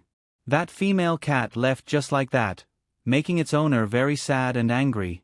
Niu Miling's eyes sharpened as she stared at Zhu Jie. But what's interesting is that the female cat still misses its owner. Although it's leaving, it doesn't want its owner to be too sad, so it wants to be more obedient. It wants to play with its owner when it comes back to play in the future. Zhu Jie said to himself. Hey, Aunt, do you think this female cat is worth pitying? Can its owner forgive her? After he said that, he looked at Niu Miling expectantly, thinking that his story was flawless. However, Niu Miling gritted her teeth and asked word by word, "Who was it? I told you that Murphy was leaving?"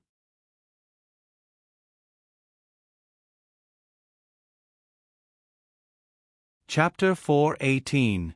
In Yang Yi's house, the condition of the three kittens had been attracting everyone's attention. The first night was the most torturous. Perhaps because they were uncomfortable, they were still screaming in the middle of the night. Yang Yi went to comfort them, but he was scratched by their claws.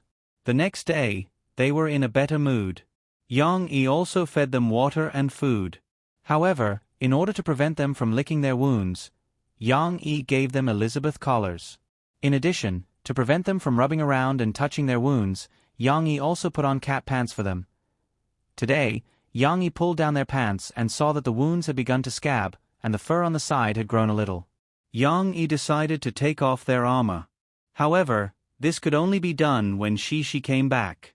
The little girl was most worried about her three friends. She accompanied them every day and didn't even want to watch her favorite cartoons. Do you think they will wilt after that? After Murphy came back, she squatted down and looked at the cats for a while. She even tidied their fur. Probably not. Didn't you see that they started to jump around again today? And the book said that after a cat is sterilized, its personality will become docile and take care of its family. Yang Yi smiled and pointed at Xiao Gray, who was lying in front of the glass window on the balcony, and said, "Look at this guy. He wanted to run outside all day long before, so you didn't dare to open the window. Now, he is so obedient." At this moment, Yang Yi's cell phone rang. His cell phone had 2 cards and 2 standby cards. The one who received the call was the secondary card, and only Zhu Jie knew this number. Why was Zhu Jie calling him at this time? Yang Yi frowned and went to the study to pick up the phone. When the phone was connected, Yang Yi heard Zhu Jie complaining, "Boss Mu Xiang, you are not loyal to your friends. Didn't we agree that I would help you find a way to appease my aunt? Why did Sister Murphy run to my aunt and tell her that she did not want to renew the contract? Murphy told Niu Miling about this?" Yang Yi was stunned. "Yes. You don't even know what happened today. My aunt almost exploded on the spot, and then she was planning to take revenge on Sister Mo Fei. I heard that a paparazzi hunter took a photo of you registering at the Civil Affairs Bureau, so my aunt bought it. Then my aunt even planned to ask someone to spread the news about you. There were too many accidents." Yang Yi was stunned once again. His mind was spinning rapidly at this time, and he finally realized that he had overlooked something strange that day. First, someone was following him in a car. Then, at the entrance of the Civil Affairs Bureau, he felt a fleeting sense of being watched. It was probably at that time that he and Murphy were secretly photographed. When Yang Yi thought about it now, he couldn't help but want to slap himself. F*CK, you're a top assassin. You're living too comfortably, aren't you? You didn't even notice it. However, Zhu Jie was here to take credit. He said proudly, "But Mu Xiang, you don't have to worry about this. Fortunately, I came to the company today and heard about this from my aunt. Then, I spent a lot of effort to calm her down." Yang Yi's face relaxed a little. He asked, "You mean, the matter has been resolved?" Zhu Jie paused and said with some embarrassment, "Not yet, my aunt hasn't relented. But don't worry, she doesn't want to make things worse, so she won't expose those photos. She just can't get over it. But, Mu Xiang, don't worry. When my dad comes back from Australia in 2 days, he will persuade my aunt.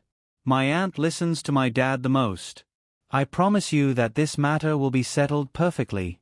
Zhu Jie said confidently. Okay then. I'll wait for your good news. On the other end of the phone, Mu Ziang hung up first, but Zhu Jie didn't care. He said proudly to Du Luan, who was next to him, My aunt wants to save face, but I think that after my dad comes back, everything will be fine. Luckily, I was quick-witted and persuaded my aunt to put this plan on hold. Otherwise, my 2 songs would have flown away like a cooked duck. Du Luan didn't care about this problem. He breathed heavily and asked Zhu Jie, You said that Sister Ling spent 500,000 to buy those photos? Yeah. Don't you think that paparazzi hunter is very shady? After Yang Yi hung up the phone, he blamed himself more. He sat in the study in a daze, reflecting on his mistakes. This time, he was photographed by the paparazzi hunter. Although it didn't seem like a big deal, in his opinion, it was just exposure, and Murphy had already been prepared to be honest with him about their relationship. She just wanted to wait until the end of the contract before announcing it to the public. However, this exposed his covetousness, which was weakening his vigilance. If a wolf loses its claws and fangs, then it's not a wolf anymore, but a husky. Although Yang Yi didn't want to go back to those days of fighting and killing, danger always hid under the calm river. If he became a normal person, how could he shoulder the responsibility of protecting Shi and Murphy? Just as Yang Yi was blaming himself in a mess, Murphy also found it strange. Because Yang Yi rarely made phone calls behind her back, and because he went into the study and didn't come out for so long, she walked over to take a look. What's wrong with you? Yang Yi had already noticed Murphy's movement when she walked over. He raised his head and saw Murphy's concerned gaze. Nothing. Yang Yi collected his thoughts and smiled at Murphy. But, come here. Why are you secretly making phone calls? Murphy muttered, but still obediently walked over. Yang Yi pulled her into his arms, then pinched her nose and asked dotingly, Why didn't you listen to me? I told you that I would help you solve it. Why did you secretly go and confess to Niu Meiling? Hey, Murphy's face revealed an awkward expression. And you suddenly told Niu Meiling, making me very passive. But you told me to tell Sister Ling directly, Murphy said unconvinced. You can't blame me. I told you to tell Sister Ling directly. Yang Yi was stunned. Murphy repeated what Yang Yi said that day. Okay, I didn't express it well and made you misunderstand. Yang Yi didn't know whether to laugh or cry. What I meant was that I would find someone to talk to Niu Meiling directly about this problem, not you. Then isn't it very troublesome now? Sigh, I told Sister Ling directly and she was very angry. I feel like I messed things up again. Murphy looked at Yang Yi worriedly. It's a bit troublesome, but fortunately, the person I found should be reliable. He should be able to help us make peace. Yang Yi rubbed Murphy's head and smiled as he comforted her. He didn't tell Murphy any more details because he didn't need her to touch too much on the dark side of human nature. Since they were going to leave, it was better to leave a good memory. Why do I always do bad things with good intentions? Murphy blamed herself. Don't worry, don't you still have me?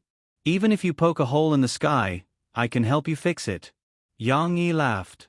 Murphy's heart was filled with sweetness, but she still shook her head and said, I don't want you to always wipe my ass. I'm not a 3-year-old child. In the future, I should try my best to pay attention and not bring trouble to everyone. Actually, trouble isn't very important. I have a strong interest in the action of wiping my ass. Yang Yi chuckled. You want to die? In broad daylight.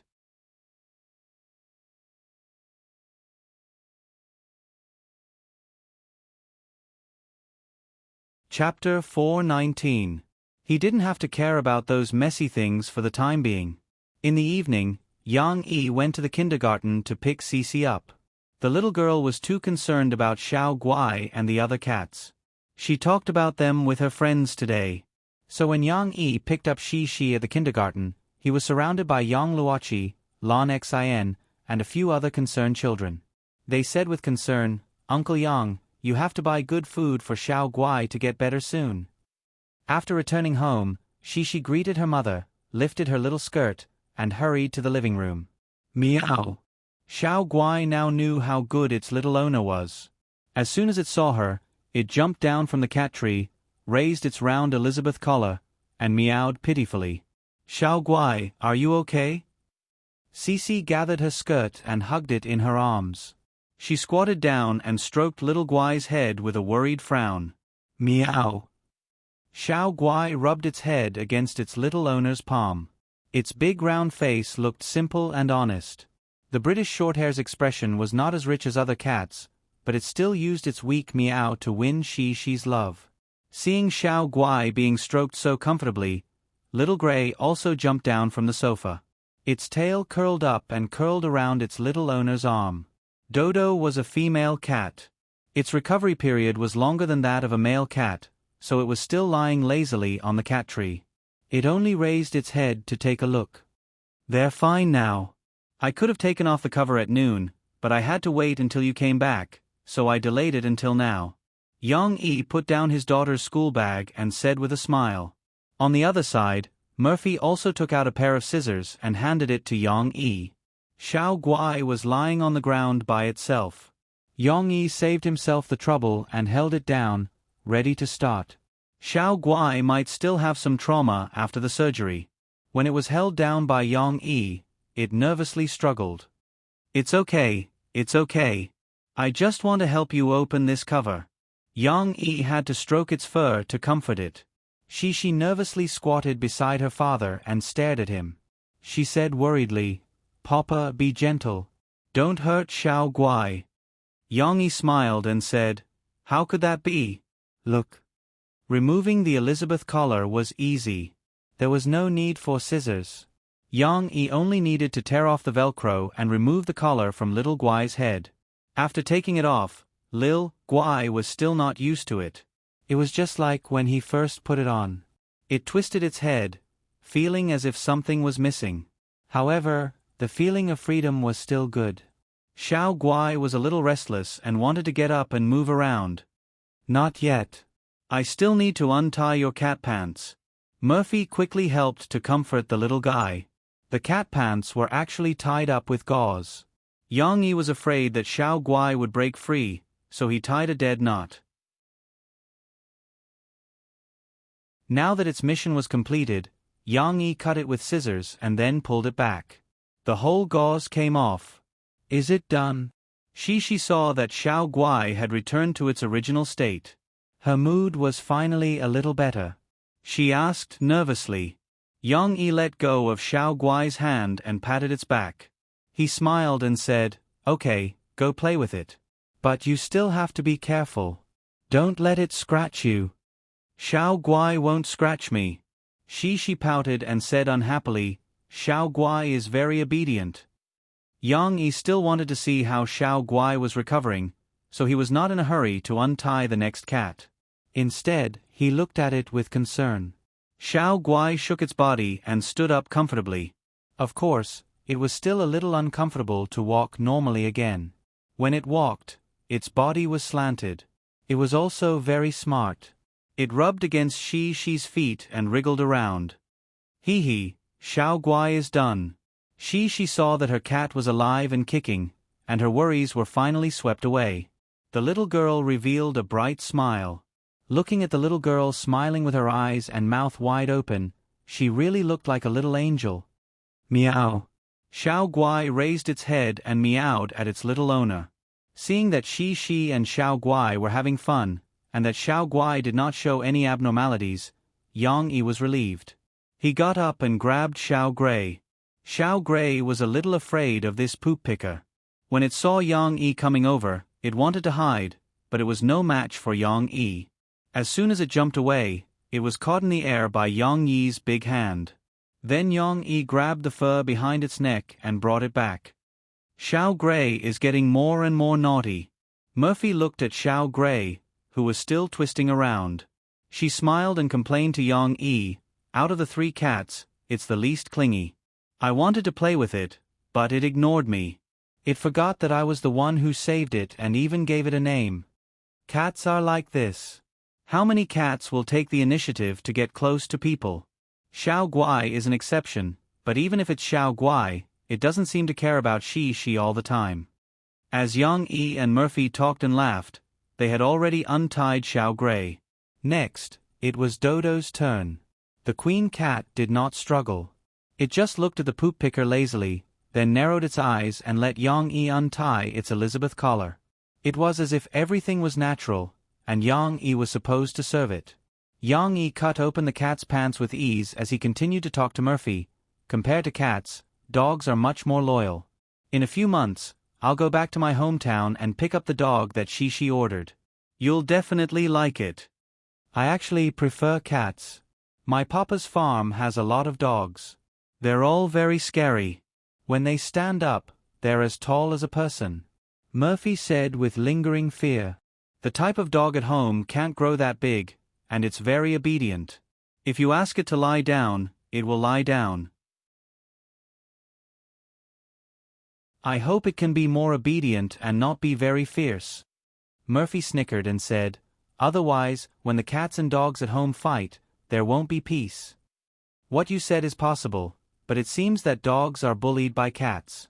Yang Yi thought of the videos on the internet in his previous life where dogs were bullied by kittens that were several times smaller than themselves. While they were talking, Yang Yi had already helped Dodo take off the cat's pants.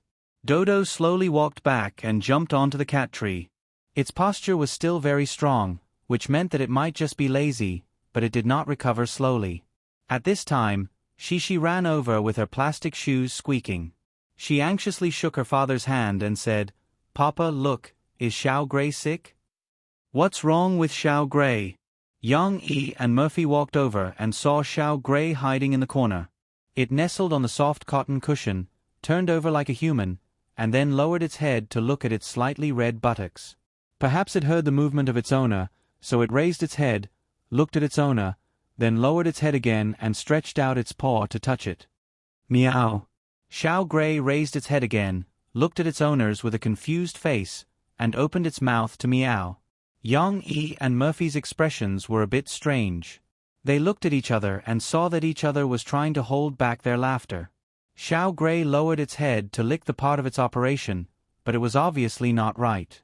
The place where the two balls used to be was now flat like the name of a certain princess. Ow! Xiao Gray raised its head again, as if it was in despair, and it meowed again. How sad this meow was! The meow was nothing, but what was interesting was its big round face and its sitting posture. Murphy finally couldn't help but laugh out loud. Mom, what's wrong with Xiao Gray? She didn't understand, and she still asked worriedly. Nothing. Yang Yi saw that Murphy was laughing so hard that she turned her head away in embarrassment, so he helped to explain, it just realized that something about itself is missing, so it's a bit sad. Ah. She blinked her big eyes in confusion. Just like your doll, if it's missing, you'll be sad too. Yang Yi gave an example, don't worry, cats are very adaptable, they'll get used to it in 2 days. She understood, but the little girl turned her head to look at Xiao Gray who was doubting its life as a cat, and seemed to be a bit emotional. She sadly said to her father, Papa, what's missing about Xiao Gray? Can you help it find it? Yang Yi looked at his daughter, not knowing whether to laugh or cry, and really didn't know how to answer. Could this thing be found? Even if it was found, could it be put back?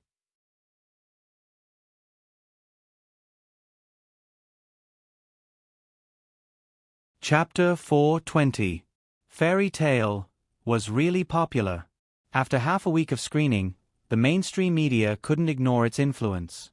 They began to report on this video that was labeled as the first microfilm. Because of the mainstream media's coverage, Fairy Tale had more than 10 million views after 5 days of screening. In this era, this number still had a very significant meaning. Of course, a microfilm like Fairy Tale wasn't about money. It couldn't be loved by everyone. There would be praise, but there would also be slander. In the mainstream media's reports, there were many doubts, attacks, and denials. The graphics are rough, the actors' acting skills are average, and the plot is created to make people cry. How did Fairy Tale become popular? Is it because of a song by Mu Ziyong? Fairy Tale, lacks the qualities of a good film, whether it's in terms of ideology or artistry.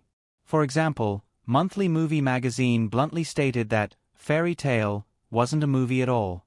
It was just a music video that used the gimmick of a movie.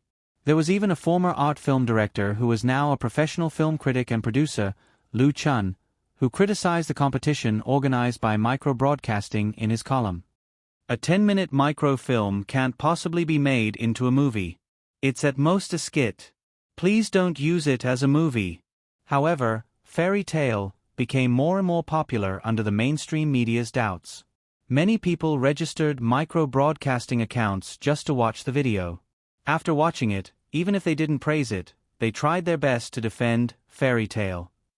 For the first time, there was a confrontation between the mainstream media and online public opinion.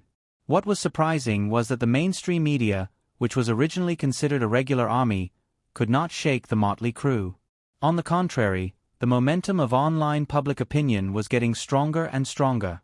The reputation of Fairy Tale was gradually established by word of mouth. The microfilm competition organized by Weibo also caught the attention of many young people who were interested in making movies. Putting aside those small fries for the time being, some young directors and actors who were full of talent but had nowhere to display their talents at schools such as Beijing Film Academy, Jiangqing Media University, Shanghai Drama Academy, and so on, who had directing and performing majors, were eager to make a move. The highest prize was 1 million yuan. Moreover, it was just a microfilm. This wasn't a high requirement. Therefore, many people called their friends and gathered together to write the script. Since they wanted to win the championship, they had to do their best. Of course, although the mainstream media was scolding, they could not represent the opinions of the entertainment industry. There were many people with foresight in the entertainment companies, agencies, and even record companies. They abandoned their prejudices and saw the excellence of Fairy Tale. Qin Wen, who had already signed with an agency, could still get a little piece. However, Guazi, the male lead, and the director, Du Yuanlei, were harassed by a lot of talent scouts and agents who came out of nowhere. When they found out that they had not signed with an agency, they were like wild dogs chasing after them. It's too scary. They've all come to my dormitory, so I can only come to the coffee shop to avoid the limelight. On Saturday, Guazi stayed in the cafe to chat with Ding Xiang and Yang Huan. Of course, he was also forced by Ding Xiang to serve coffee to the customers. It just so happened that Lin Mu and had gone to a competition today, and the coffee shop was short of manpower. Usually, Lin Mu An, the pianist, would take on the role of a waiter. Why didn't you agree to sign the contract? It's such a good opportunity. Yang Huan said with a smile. I don't want to sign with an agency and be cheated. Guazi was a little smart.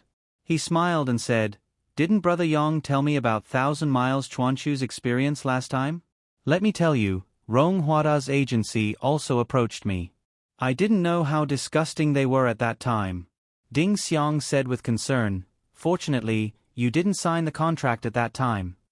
Hee, the reason I didn't agree at that time was that they wanted me to be a singer. But I don't like being a singer. I like acting in movies. Let me tell you, actors have to keep a low profile. They can't appear in the media every day, so that the audience can maintain a sense of freshness when they see you on the screen. Guazi couldn't stop talking. Otherwise, when everyone accepts your usual character, they will think that your role in the movie is very fake. Yang Huan patted Guazi's shoulder casually and said with a smile, That's right. Take you for example. I know that you're very funny, but Sister Ding Xiang and I both thought that your role as a Guang was very fake. You're not the kind of quiet person who doesn't speak a word. If you didn't speak, you would have been suffocated to death. Hee. Guazi smiled but didn't say anything. Ding Xiang was still thinking about the previous topic. She pulled Yang Huan's hand and said, Huan, you're going to be an actress in the future. You must be careful. Don't be cheated by others. If a girl is cheated, the consequences will be more serious. Yang Huan's right hand formed a claw, palm facing up, and then clenched tightly into a fist. She waved it proudly and said to Ding Xiang, Sister Ding Xiang, don't worry. I'm not afraid. If anyone dares to cheat me, I'll beat him up with one punch. Come on, don't be so naive. In today's society, it's not an era where you can solve problems with your fists. Besides, no matter how big your fists are, if someone really wants to trick you, they can do whatever they want after drugging you. It's better to be careful. Guo Ziyi had heard a lot of such stories in the film and television base in Beijing. Although it was inconvenient for him to talk about it in detail, he still told Yang Huan directly. Yang Huan was stunned. She was inexperienced and didn't expect it to be so complicated. Hearing this, Ding Xiang looked at Yang Huan worriedly and said, Huan, I think Xiao Guo is right. Don't let your guard down. But Sister Huan, you don't have to worry too much. Guo Ziyi smiled and said, Don't you have your brother and sister-in-law? Why don't you just sign with some unknown agency? Just sign with your brother and sister-in-law's studio. With them watching over you, you don't have to worry about those dirty things. Yang Huan asked in confusion, My brother and sister-in-law's studio? Isn't that their own studio? How can they sign with others? Besides, don't they specialize in singers? Guo Ziyi rolled his eyes and said, The nature of a studio is actually an agency. It's just a small one. Who says that individual studios can't sign with other stars? There are a lot of similar situations in the entertainment industry. However, only the studios of famous people are willing to work with them. Moreover, they won't sign with other stars casually. They also need to make money. As for the crossover issue, you don't have to worry about it. The micro-movie, Fairy Tale, is being released under the studio's name. Guo Ziyi smiled and said, Sister Murphy is indeed an independent artist, but Brother Yang is different. He doesn't only know how to write songs. He can also write scripts. Didn't he write a script for Director Du? I still want to wait for Director Du to finish studying the script and see if I can get a role. Ding Xiang suddenly interrupted Yang Huan when she was deep in thought. She said to Guo Ziyi, Why don't you consider signing with Brother Yang's studio? He won't trick you. That's right. Guo Ziyi hadn't thought about it yet. He was also deep in thought. At this moment, Yang Yi came back from planting flowers with Shi and Murphy. Guo Ziyi, it's already noon and you still don't want to go back to the dormitory. Don't tell me you want to sneak into the girls' rented apartment?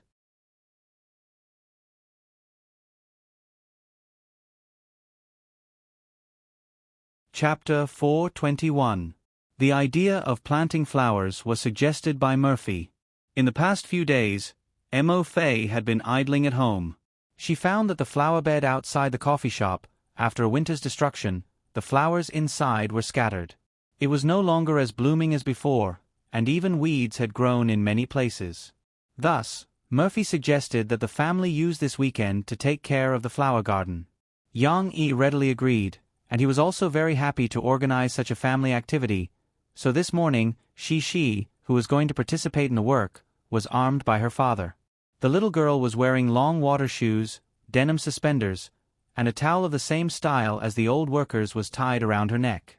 She wore a sun hat on her head, and the pink little fairy suddenly turned into a pure and lovely little village girl. But she still thought that this outfit was very interesting, and giggled non-stop in the morning. Before planting flowers, they had to remove the weeds and loosen the soil. This labor was taken care of by Yang Yi, and Murphy helped to dig out the flowers that were still alive and put them aside with the soil. Of course, Shi was still given a small piece of the task field, which was full of weeds. The little girl was very excited, and she did not feel tired at all. She waved her little hoe with all her might, and plowed that piece of land as if it had been dug by dogs. When she went on stage, Yang Yi naturally did not dare to relax, and he carefully watched from the side, afraid that the little girl would swing the hoe and hit his foot. Although it was a child's hoe, the handle was made of hard plastic, and the blade was made of wood, and the blade was blunt, but it was still heavy, and it would be terrible if it hit his head or foot. But the little girl was very happy, and she tirelessly turned that small piece of land upside down. Okay, that's enough. Yang Yi did not know whether to laugh or cry as he pulled his daughter. Dad, let me play for a while, okay? Let me help you, okay? The little girl pointed at the piece of land that her father had not finished, and said expectantly, "That won't do. This hoe can't be used for too long. In a while, it will break. Don't you want to keep it as a souvenir?" Yang Yi said with a smile. She looked at the hoe with the cartoon sticker on it and then at her father's field. After some hesitation, she chose to cherish it. "Okay. She, come over here and help Mom hold this flower." "Mom wants to change the soil for it," Murphy chimed in. She gave she another small task. Seeing Yang Yi and the others working, Ding Xiang and Yang Huan wanted to come out and help, but they were rejected by Yang Yi. There was no need to make a big fuss over such a small garden. Moreover, Yang Yi intended to treat this as a family activity and let Shishi experience the joy of working. Yang Yi used a rake to loosen the soil in the flower bed. At the same time, he sorted out the stones and grass mixed in the soil. When Yang Yi finished, he turned his head and saw she was focused on helping her mother hold the stems of the flowers. Murphy, on the other hand, was clearing the soil around the flowers that were dug out from the flower bed, leaving only the moist soil around the roots. The little girl squatting on the ground was very serious. There was no smile on her little face, and her little mouth was slightly open, as if she had forgotten to close it. Murphy did not care about her image at all. She was kneeling on the soil with one knee, tilting her head and using a small broom to tidy up the soil around the roots of the flowers. If her hair was not tied up, it would probably be hanging to the ground. Perhaps she did not notice when she was wiping her sweat, but Murphy's face was also stained with some soil. She looked like a completely different person from the gorgeous, high-spirited star on the stage. Now Murphy, like she, was like a beautiful village girl. But in Yang Yi's eyes, their image was also very beautiful, very real, and pitiful. Finally, Murphy was done. She clapped her hands, raised her head with a smile and said, "I've made you wait for a long time. Now, let's plant the flowers." Yang Yi came back to his senses at this time. He walked over, took off the towel around his neck, and wiped the soil on Murphy's face. He said softly, "You've worked hard." "How is it hard?" "I'm very happy." Yang Yi showed off his love with Murphy outdoors in front of his daughter. Murphy was happy in her heart, but she was still a little embarrassed, so she whispered, "Papa, you don't say that I've worked hard. Look, I'm so dirty." She felt that her hands were dirty, but she did not know where to wipe them. She also liked to be clean, so she was reluctant to wipe them on her denim suspenders. Now that she saw that her father was busy wiping her mother's face and ignoring her, she pouted and said unhappily. Yang Yi could not help laughing. He came over with a towel and said lovingly, "Okay, I'll wipe it for you now. You've worked hard too." When planting flowers, Yang Yi and the others did not need to rush the progress. They could take their time. Therefore, they did not need to be in charge of which piece of land like before. Instead, they arranged the process of planting flowers according to the difficulty of the work. Yang Yi was responsible for digging the hole and filling the soil behind, while Murphy was responsible for carrying the flower plants and planting them. Of course, the flowers here, in addition to the original flower plants, also included the artificially cultivated flower seedlings that Yang Yi bought at the flower and bird market yesterday. Murphy had her own ideas about the layout. As for she was responsible for flattening the soil that her father had filled and then watering it. He saw the little girl running around happily with her little shower head in her hand. After her parents finished planting the flowers, she used her cute water boots to flatten the soil next to the flower plants. Then she took 2 steps back and carefully watered them with the sprinkler, as if she was worried that the water would spill on her beautiful water boots. The sprinkler was not big enough. After all, it was for children. After watering it once, she had to go to the bucket next to her to fill it with water. The weather was still a little cold, and the water in the bucket was also very cold. In the morning, she was frozen once. The cold made the little girl grimace in pain when she wanted to wash her hands. Therefore, every time she filled the bucket with water, she had to be careful and try to avoid direct contact with the water in the bucket. But accidents were always inevitable. Wow! Cece grabbed the showerhead and didn't notice that she had raised it a little. As a result, a stream of water flowed down and dripped onto the little girl's hand through the handle of the showerhead, causing Cece to exclaim in surprise. "What's wrong?" Murphy looked at her worriedly. However, the little girl giggled. She walked over with the sprinkler and told her mom about it as a joke. "Mom, let me tell you. When the water fell, I thought it would be very cold, but it wasn't. I got a fright." It turned out that after the sun rose, the water in the bucket was not as cold as before. Moreover, after the sprinkler, the temperature was obviously not as low as before. She gave herself a fright. After Murphy figured it out, she laughed too. She rolled up She's wet sleeves and said, "You didn't scare yourself, but you scared Mom." Amidst such laughter, the family worked for the whole morning and finally renovated the flower bed. However, the results could not be seen yet. Apart from a small area where the presbyopia was planted, the flowers in the other areas were still in the state of seedlings. It would probably take a few more weeks for them to bloom. But looking at the neatly arranged flower bed, not only was Mo Fei very happy, but Yang Yi also felt a lot better. It was because the number of flower seedlings he bought was correct. It was just enough to plant even rows and even columns. Although the flower bed was not square, this neat arrangement made people feel very comfortable at first glance. When they returned to the coffee shop, Yang Yi was about to take Murphy and Shi to the bathroom in the back to wash their shoes and hands before going upstairs. However, when he saw Guazi hiding in the coffee shop, he became alert.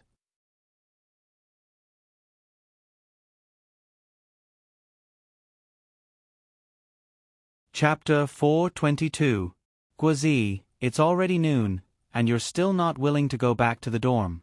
Don't tell me you're thinking of sneaking into a girl's rented apartment again?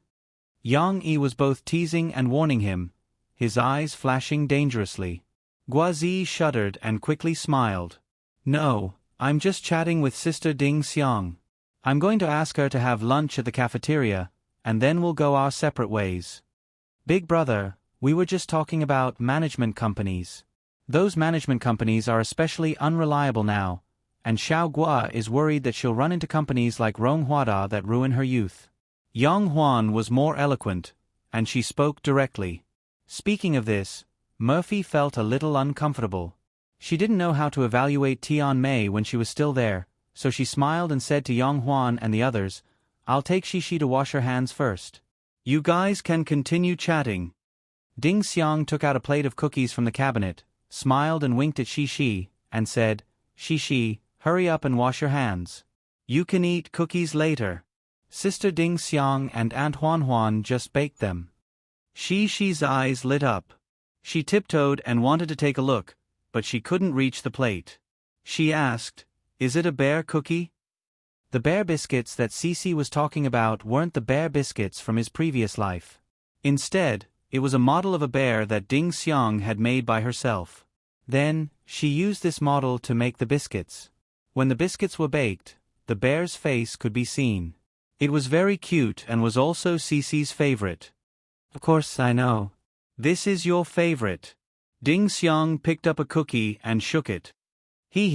Then wait for me to come back." The little girl hurriedly grabbed Mom's hand and ran to the bathroom. "Mom, I want to eat cookies. Hurry up and wash your hands." On the other side, Guazi was envious. He reached out his hand and said, "Why didn't you tell me you made cookies earlier? I'm starving to death." However, Ding Xiang slapped his hand away and smiled. "You can't eat yet. This is for Shi. It's only your turn after Shi finishes eating." Yang Huan, however, continued the topic excitedly. "Big brother, aren't you and sister-in-law going to open a studio? Can you sign Xiao Gua in there? Xiao Gua won't be cheated by the management company." This was also one of the reasons why Guazi had not considered those film companies before. Yang Yi took it as Yang Huan's provocation. He frowned and scolded, "Don't mess around. Guazi has his own choice. Don't give him any advice. Besides, Murphy and my studio is specially set up for Murphy. How can we afford to sign others? Take Guazi for example. He wants to film a movie. If he has a powerful management company, they can give him more support. That was awkward. Yang Yi's intention was very clear. In the future, the studio called Fei EC would be dedicated to serving Mo Fei. Even Yang Yi would only be helping Mo Fei write songs. Even the position of music producer had been prepared for Jin Ming, who had been invited over. Murphy was the only artist in the whole studio. Yang Huan wasn't convinced. She said, "But if I make my debut in the future, will you sit back and do nothing? What if I'm fooled by those scammers? It's still early for you to make your debut. When it's your turn, we'll help you slowly choose. You don't have any experience now, do you? If you want to talk about singing, I can recommend you and Xiao Guo. Tianxiang Records in Harbor City is good. It's the big company that Chan Yijie works for. They also do business in the mainland. But when it comes to acting, let alone me, even your sister-in-law will be at a loss." Yang Yi didn't know whether to laugh or cry. That was the truth. "It's okay. I'm not in a hurry. We'll see." Guazi was worried that the siblings would argue, so he waved his hand and said. At this moment, Cici ran out of the bathroom. The little girl had just washed her hands and washed away the mud on her water shoes. She slid out of the bathroom in her water shoes with a squeak.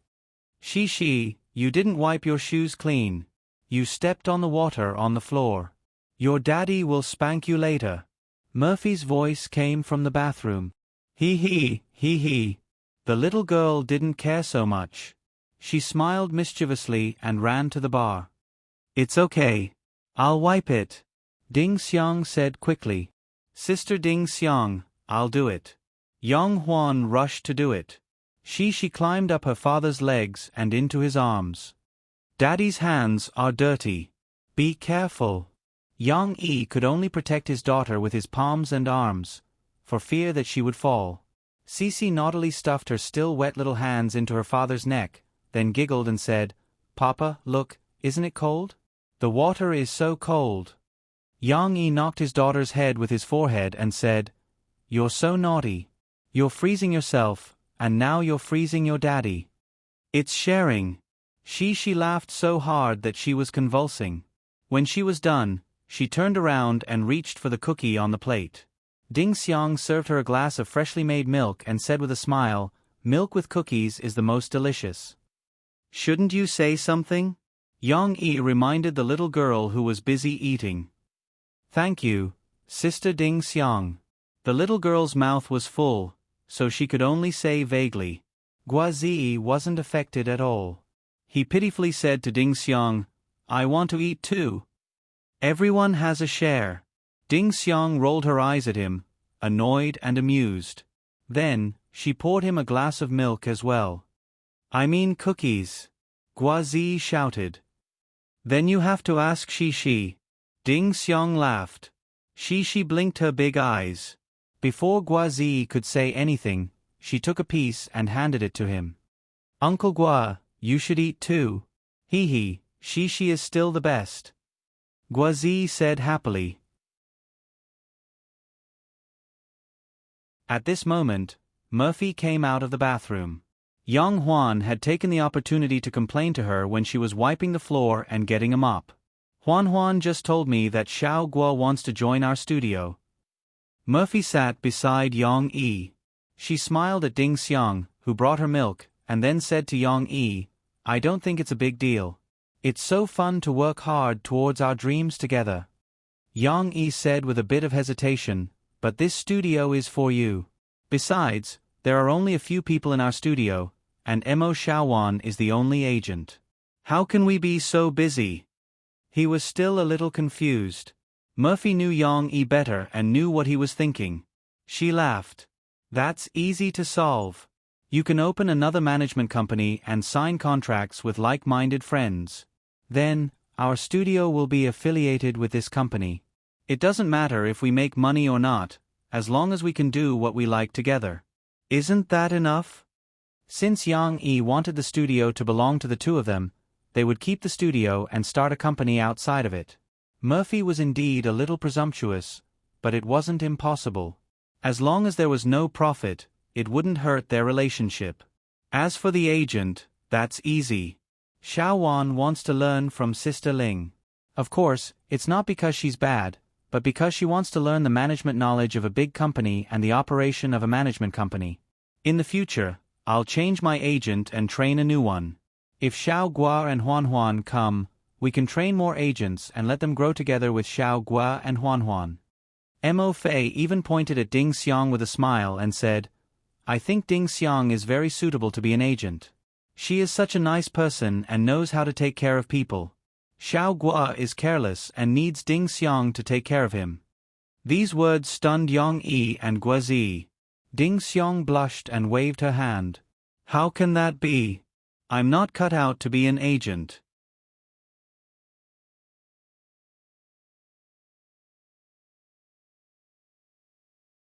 Chapter 423. Ding Xiang didn't expect that she would be dragged into the water without doing anything. She thought that Murphy was joking and said embarrassedly, I know nothing about the entertainment industry. I can't be a manager. Mo Fei smiled and said, Didn't you major in electronic media? You already have a professional background. Moreover, who knows the entertainment industry like the back of their hand from the beginning? The company will also train you. My cousin, Xiaowan, came back from abroad and was also blinded. Didn't she have to practice for a few years before she could do it well? I think it's a good idea, Guazi said excitedly.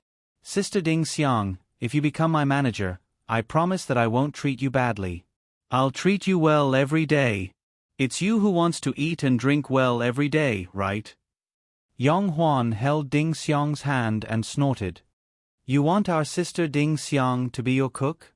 Do you think I don't know what you're thinking? Yang Yi reacted at this time and couldn't help but laugh. Hey, you guys want to kidnap the #1 waitress in our shop with just a few words? What about our coffee shop? It's just talk now. It depends on Ding Xiang's wishes. But you can't always let her be a waitress. Ding Xiang also needs space to develop, Murphy said. The adults' heated discussion didn't affect Shi at all. The little girl was eating her bare biscuits with relish. There was milk foam on her mouth and biscuit crumbs on the front of her blue jeans. Ugh. The little girl burped loudly. She couldn't help but smile at the noise. She felt that it was very fun. You ate so much? Yang Yi only noticed it at this time and said in surprise, You can't eat any more biscuits. You won't even want to eat lunch later. Yang Yi pulled her daughter's hand back, and Mo Fei also wiped her mouth with a tissue, and then let the little girl play on the side. She didn't pester her and asked for more biscuits. She had eaten 4 or 5 bare biscuits just now and was satisfied. Yang Yi and the others continued to talk about Murphy's proposal to open a new management company. For this, Murphy directly called Mo Xiaowan and let her participate in the discussion. That's a good idea. Mo Xiaowan felt that she was going to be a big sister and was very excited. She said, Actually, the staff of our studio is prepared according to the standards of a management company. In addition to recruiting and training a new batch of managers, we also have to. But for now, Xiao Gua, you're the only one. With the current size of the company, we can take care of both sides. In the future, if you want to sign Huan Huan and Qian Li Chuan Shu, we can follow Tuo Chong's team. Let's not talk about Qian Li Chuan Shu. I'm helping them because of fate. If they can successfully terminate their contracts, they can decide which company they want to sign with, Yang Yi argued. Then, brother-in-law, you won't sit by and watch them jump from one fire pit to another, right? Mo Xiaowan said with a smile. Let's not talk about them. Xiao Gua, you should have signed a contract and debuted long ago. You already have a few songs. I remember that other than Fairy Tale, brother-in-law also wrote University Days for you. Many people online are clamoring for you to quickly release this song. Guazi helplessly emphasized again, Sister Xiaowan, I'm an actor, not a singer. I'm not interested in being a singer. Then you can just release a single as a plaything. It's not like you're really going to be a singer. In the entertainment industry, it's not uncommon for actors to cross over to sing. Your main job is still acting. Mo Shaowan said with a smile. That's true. With that said, Guazii could accept it more. This matter was temporarily settled. After the discussion, the most enthusiastic one was Mo Shaowan. She excitedly prepared to register a new company. The company's name was already set. It was called Yang Yi Brothers, which was the abbreviation of Yang Yi and his brothers' company. Because of this matter, Mo Shaowan didn't have the time to complain about Mo Fei acting on her own initiative and laying her cards on the table with Sister Ling. However, at this time, Zhu Jie was working hard to turn Murphy's bad move into a good one. In Zhu Jie's villa, Zhu Jie's father, who had just returned from Australia, was eating and chatting with Niu Meiling. Zhu Jie's father was called Zhu Jingwei. He was the chairman of the leading company in the domestic food industry, Jingwei Group. Jingwei Group was similar to Waha in his previous life. They had a high market share in the beverage industry. Of course, Zhu Jie was not his only son, so Zhu Jie could not inherit the tens of billions of assets by himself. Zhu Jingwei had 6 children and 5 sons. Zhu Jie was the second oldest. The other children all held important positions in Jingwei Group. Normally, they would fight openly and secretly, giving Zhu Jingwei a headache. Zhu Jie, on the other hand, had his own goals and did not fight. Zhu Jingwei liked him very much. Xiao Jie's performance has been pretty good recently. Although the song Mistress caused quite a bit of controversy, in the entertainment industry, controversy means hype and popularity. Now, Xiao Jie is famous all over the country. He's very promising, Niu Meiling said with a smile. You should put in more effort on his side. If he can make a name for himself, the family will be happy to see it. In the future, I will leave Tianmei's shares to him. Zhu Jingwei nodded at Niu Meiling. But I heard from Xiao Jie that your company has a female celebrity who wants to go her own way. What's her name? Niu Meiling quickly said, Murphy. She wants to leave the company and open her own studio. I'm sorry, Jingwei, but Murphy is our company's current signboard. Her departure will indeed bring a huge loss to our company. Sister Mo Fei opened her own studio because she wanted to open a husband and wife store with her husband, Muzi Ang, who wrote songs for me. Zhu Jie, who was on the side, quickly explained, It's understandable. Those outsiders can do whatever they want. If they have to go through the procedures, then go through the procedures. If they have to pay according to the contract, then pay according to the contract. It's not a big deal. Even if it's a loss, I don't care about it. The most important thing is that you have to support Xiao Jie with more resources. I heard that you didn't help him get a song for an album? Zhu Jingwei said with dissatisfaction. Niu Meiling nodded with a bitter smile and said, I understand. I will give him more resources in the future. That's right. Now that Murphy is gone, you have more energy to nurture Xiao Jie. I think this is a good thing. Xiao Jie also told me about your thoughts. There's no need to find trouble with her. How big is it? Zhu Jingwei smiled. And Muzi Ang also told me that he will continue to write songs for me, so we can't fall out with him. So, Auntie, you can't leak Mo Fei's photos out. Zhu Jie struck while the iron was hot and said. Niu Meiling fell into silence. She actually still had some anger in her heart that she couldn't vent. Xiao Jie has also grown up over the years. It's right for him to have such thoughts. Meiling, let me tell you. Doing business is the same as being a person. You can't offend everyone in a moment of anger. In this day and age, it's better to have one more friend than one more enemy. If she wants to leave, just let her go. Her man will write songs for Xiao Jie. In the end, it's not like we don't have any benefits. Zhu Jingwei persuaded. Niu Meiling could ignore Zhu Jie, but Zhu Jingwei's position was extraordinary. She had to listen to his words and accept them respectfully. I understand. Jingwei, I won't find trouble with her. I'll listen to you and leave a way out. Niu Meiling sighed.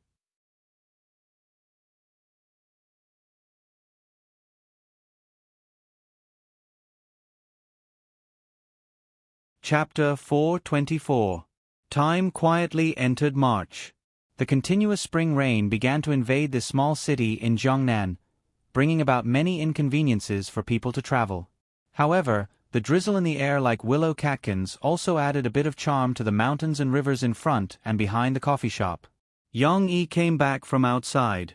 In the car, he saw Murphy holding an oil paper umbrella in the flower bed, busily covering the delicate flower seedlings with plastic film. Of course, Yang Huan and Lin Mu and were also wearing raincoats to help. Ding Xiang had classes on Monday morning. However, Yang Yi saw his wife in the crowd. The flowers had not bloomed yet, but the people here were more beautiful than the flowers. Perhaps it was because of this oil paper umbrella, or perhaps it was because of Mo Fei's graceful figure in the rain. Yang Yi actually thought of the beautiful modern poem Rainy Lane in his previous life. It was about the girl who held an oil paper umbrella, lost in her thoughts, and was full of sorrow and resentment. Of course, Murphy did not bear any grievances. She raised her head and saw Yang Yi coming out of the car. She waved happily and said, "Yang Yi, come here. Help us pull the corner over there." Yang Yi smiled, walked over, and helped them. Back upstairs, Yang Yi helped Murphy take the umbrella to the balcony to hang it up. Murphy changed into her pajamas and ran to Yang Yi with a soft dry towel. "Help me dry my hair."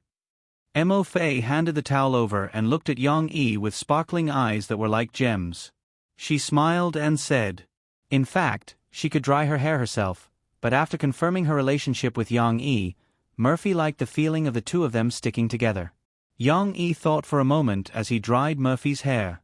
He said to her, "You can go to the company tomorrow without worry. The matter has been solved." "What?" Murphy did not react. "I've already gotten someone to work on Niu Meiling's mentality. She can calmly face your departure. Although she can't be completely relieved, at least she won't be as emotional as before," Yang Yi said gently. "Really?" Murphy turned her head in surprise and looked at Yang Yi. "Yeah. I think it's rare that we can part on good terms." Yang Yi smiled. "That's enough. I don't expect Sister Ling to treat me like before. I just hope that we don't become enemies. In the future, when we meet, we can still nod and say hello." "That's enough," Mo Fei said gratefully. "Thank you, hubby." Murphy turned around and hugged Yang Yi with tears in her eyes. Mo Fei didn't ask what method Yang Yi used. She was still a little smart in this regard. She knew that Yang Yi would tell her what he could, but if she asked what he couldn't say, it would only bring trouble to Yang Yi. "Fool! Why are you thanking me? Isn't your matter my matter?" Yang Yi smiled and gently patted Murphy's head.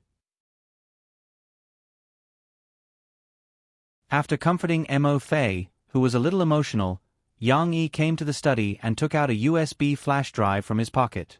Yang Yi stared at the USB and played with it for a while. He shook his head and placed it in a secret compartment on his bookshelf.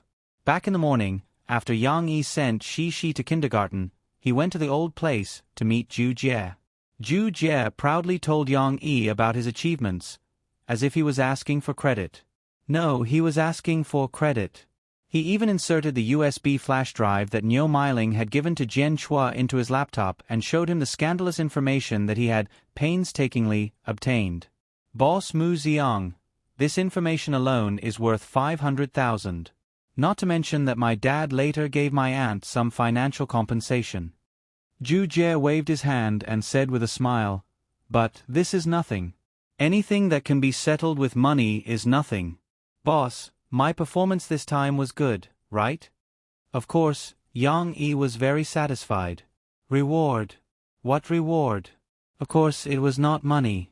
Zhu Jie was not short of money. Yang Yi gave the complete score and lyrics of That Night to Zhu Jie. However, for the second song, Yang Yi only sang it once. He kept the score and lyrics for the time being. "It is useless to give this song to you now. With your current singing skills, you can't control this song. If you give it to me, you will ruin it," Yang Yi said to Zhu Jie calmly. Zhu Jie liked the second song very much. Not only did the lyrics express sadness, which was similar to That Night, but it was even better. More importantly, this song had a moving melody. It was unforgettable from beginning to end. It could be said that it was a climax from beginning to end, and it was irresistible. Yang Yi had used his hoarse voice to perform the song vividly. Zhu Jie, who was listening at the side, was so infatuated that he couldn't help but want to shout along. But Zhu Jie also understood that boss Mu Xiang was right. This song was not something that he could control. He shouted along the whole song, and Zhu Jie couldn't even catch his breath. "What should I do?" Zhu Jie said with a sad face, "Boss Mu Xiang, you can't not give this song to me. I feel that this song is tailor-made for me." Tailor-made? Yang Yi actually wanted to beat this joker to death, but he held it in. This guy was sometimes a little scoundrel and a little silly, but he was still useful at crucial times. Moreover, Yang Yi also thought that cultivating Zhu Jie was a very interesting thing. He wanted to see what Zhu Jie, this little white mouse, could achieve with the help of divine songs. "Don't worry. As long as Murphy can leave Tianmei as usual, I will still give you this song. I, Mu Xiang, never go back on my words. Moreover, this is not the only time we are working together," Yang Yi said with a faint smile. "Oh yeah, releasing these two songs separately is good for you. It can maintain the popularity for a long time. I suggest that from today onwards, you learn how to sing properly. When I give it to you, you will be able to sing it. Moreover, if you have some singing skills, I won't have to worry about you ruining my work if I have any songs for you in the future." Zhu Jie was a very impatient person. He couldn't listen to other people's nagging, especially when they advised him to learn how to sing. In the past, Du Luan was very tactful. When he saw that Zhu Jie was unhappy, he wouldn't mention it again. But now, boss Mu Xiang's instructions, no matter how angry Zhu Jie was, he had to listen to him. Moreover, he really wanted to sing the second song. Just thinking about it made his heart itch. Moreover, when he thought about how he could sing this song on stage, and how the fans below the stage would be mesmerized and cheered, Zhu Jie became excited. He clenched his teeth and said, "Okay, boss Mu Xiang, I will learn. When I go back, I will ask my aunt to find me a music teacher. I don't believe that I can't sing this song well."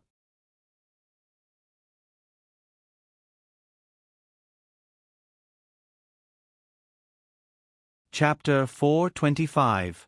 Hello, your Sahara Express has arrived. Please sign for it. At noon, a delivery man wearing a red Sahara Express jacket, black pants, and a red motorcycle helmet knocked on the door. Mu Yuqing, who had specially taken a day off to stay at home, finally received the package he had been looking forward to for a long time. "Thank you." Mu Yuqing took the pen and signed on the express receipt while smiling and saying, "You guys are doing well now, you even have clothes." The Sahara Express courier smiled shyly, nodded and said, "Yes, the company issued new clothes a week ago. From now on, you have to wear this set to work." "Just one set? Wear this 365 days a year?" Mu Yuqing caught the loophole in the courier's words and laughed. No, 3 sets, this is winter clothes, and there are 3 sets of summer clothes." The courier quickly explained. "Haha, I'm just kidding. Actually, I also read about your Sahara Express in the newspaper. It seems that there's a new boss, and everything is different now. Look at your spirit, it's improved a lot. You suddenly pulled away from other express deliveries." Mu Yuqing took the express box and gave the courier a thumbs up. After the Spring Festival, Sahara Online Mall announced a new appointment. Fu Jun would no longer be the CEO of Sahara Express, and the position of the person in charge of Sahara Express would be taken over by Li Long. Of course, Fu Jun was still Li Long's boss, and Li Long needed to report his work to Fu Jun. The name Li Long was still unfamiliar in China. However, his resume abroad was very exciting. Before he took over Sahara Express, he had worked for DNL, a famous international logistics company in the German Federation, for 10 years. Then, he became the head of the European branch of FEX International Express for 5 years. These 2 express delivery companies were giants in the express delivery industry. Of course, the domestic express delivery market was special and blocked. Although they also had business in China, the scale was far less than the several state-run express delivery companies in China. Of course, there was no need to go so far. Li Long was also an elite among the sea turtles. After being recruited by Sahara Express, he immediately transformed Sahara Express. It was also because the Sahara Express was young and energetic, coupled with Fu Jun's trust and support, that Li Long's philosophy could be instilled. First, the construction of the team. As Yang Yi had proposed before, Sahara Express bought or eliminated all the miscellaneous troops that joined the team one by one. They also trained all the express delivery personnel in batches, strengthened discipline, and improved service attitude. This was the main reason why Sahara Express customer satisfaction rating gradually increased after the new year. Then, there was the establishment and maintenance of the brand. For example, the uniform clothing that Mu Yuqing saw now, and even the uniform change of transportation, etc. Of course, this required a large amount of investment. Even with Fu Jun's support, it was impossible to complete all the upgrades at once. Currently, only the uniform clothing had been changed. As for the transportation, it still needed to be upgraded gradually and in batches. Li Long was using advanced foreign concepts to bring the Sahara Express to a whole new level. Of course, Mu Yuqing wasn't interested in knowing more. He had only seen it in the newspaper and casually chatted with the delivery man. After the delivery man left, Mu Yuqing couldn't wait to close the door, open the box, and take out the book that he had been waiting for half a month. Journey by White Knight. Like the other one. 2 million fans who participated in the pre-order, Mu Yuqing was very curious about the content of this book. The cover was already very familiar, so there was no need to look at it again. Tearing the plastic film outside, Mu Yuqing opened it directly. The style of this book was very strange. There were no colored pages, and the overall color was either black or white. It was very strange. There was no table of contents. Turning to the second page, there was a line of small words, Chapter 1, which uncovered the first layer of fog of the story. However, Mu Yuqing was a little dumbfounded. He found that he did not understand the first chapter. It seemed to be about a police officer who walked into a crime scene to investigate, but the story was very detailed. It even included some trivial things like buying grilled shrimp pancakes before walking into the crime scene. Mu Yuqing was baffled by the dialogue, such as, "The building has become a children's playground." Later, the dialogue at the crime scene also confused Mu Yuqing, such as, "The victim was killed after eating, the holes in the belt were looser than usual," and so on. Were these clues given by Yang Yi? Let us guess who the murderer is? Perhaps a real mystery novel fan would be able to find some clues, but Mu Yuqing was not at that level. He was not a real mystery novel fan, so he could only guess blindly. I think it should be the victim's wife. Her behavior was too strange. Even the police officer could tell that she was faking it. Mu Yuqing muttered to himself. However, he found a problem. This was a physical book, not a web novel. Even if he had some thoughts now, there was no book review section for him to display. Wait a minute. It wasn't that there weren't any. Mu Yuqing excitedly logged into his SNS account and asked in a fan's Prison Break reader group, "Who's reading Yang Yi's new book, Journey in the White Knight? Come and discuss it." What? Yang Yi released a new book? Why didn't I see it on the starting page? Mu Yuqing had no choice but to tell the other party the distribution address of White Knight Parade, and send the link over. However, if the order was placed now, it would probably take 2 or 3 days for the goods to arrive. This was only possible because of the Sahara Express. Old Mu, you're not being kind. Why didn't you share the good stuff earlier? You're only saying it now. Mu Yuqing's online username, Mu Yuchen, was quite famous among Yang Yi's fans.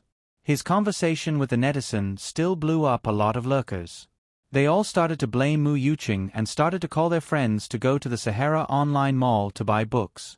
Old Mu, I also bought White Knight.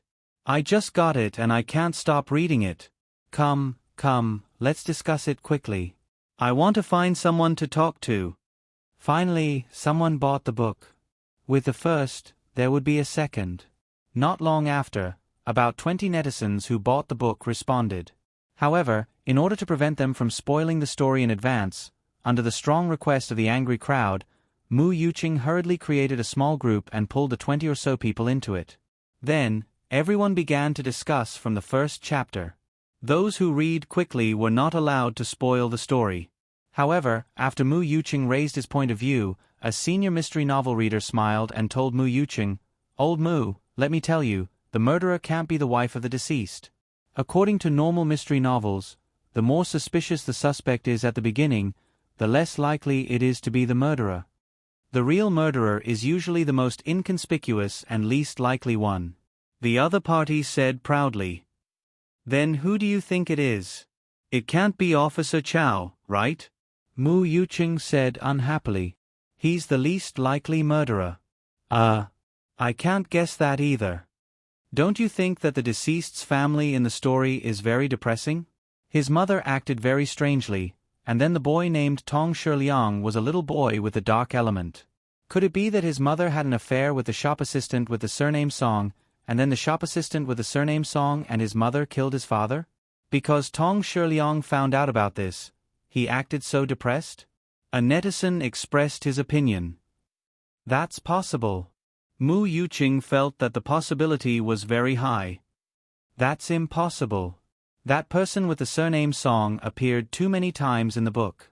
His behavior is too suspicious. Unless Yang Yi's brain is damaged, it's impossible for him to reveal the murderer so quickly. The senior mystery novel reader retorted. Then how do you explain Tong Shiliang's mother's strange behavior? The netizen said unhappily. The other netizens also took sides and expressed their opinions, but no one could convince anyone. Let's stop arguing. Let's read the next chapter together, okay? I really want to know who the murderer is. Mu Yuqing could only stop them. This suggestion was unanimously approved by everyone.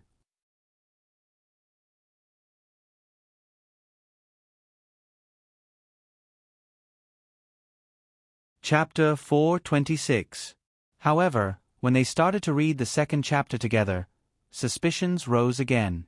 A woman suspected to be the victim's mistress surfaced. This woman was called Shi Wandai, and she had a very cute and beautiful daughter called Shi Shuehui. Shi Shuehui was Shi Wandai's daughter with her ex-husband, and she took her mother's surname. Shi Shuehui was so sensible that it made one's heart ache, but her mother was not very reliable.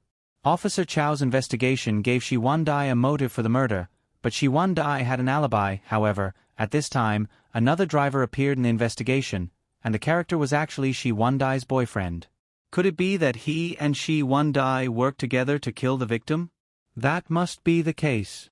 After reading the second chapter, Mu Yuqing felt that he was very close to the truth. However, at this time, Mu Yuqing did not want to immediately discuss it with the netizens. He hesitated for a moment, then flipped to the third chapter. I'll just take a look. If I know who the murderer is, I won't look anymore. Mu Yuqing decided to secretly break their promise, but he did not know that the same situation was happening to the other netizens.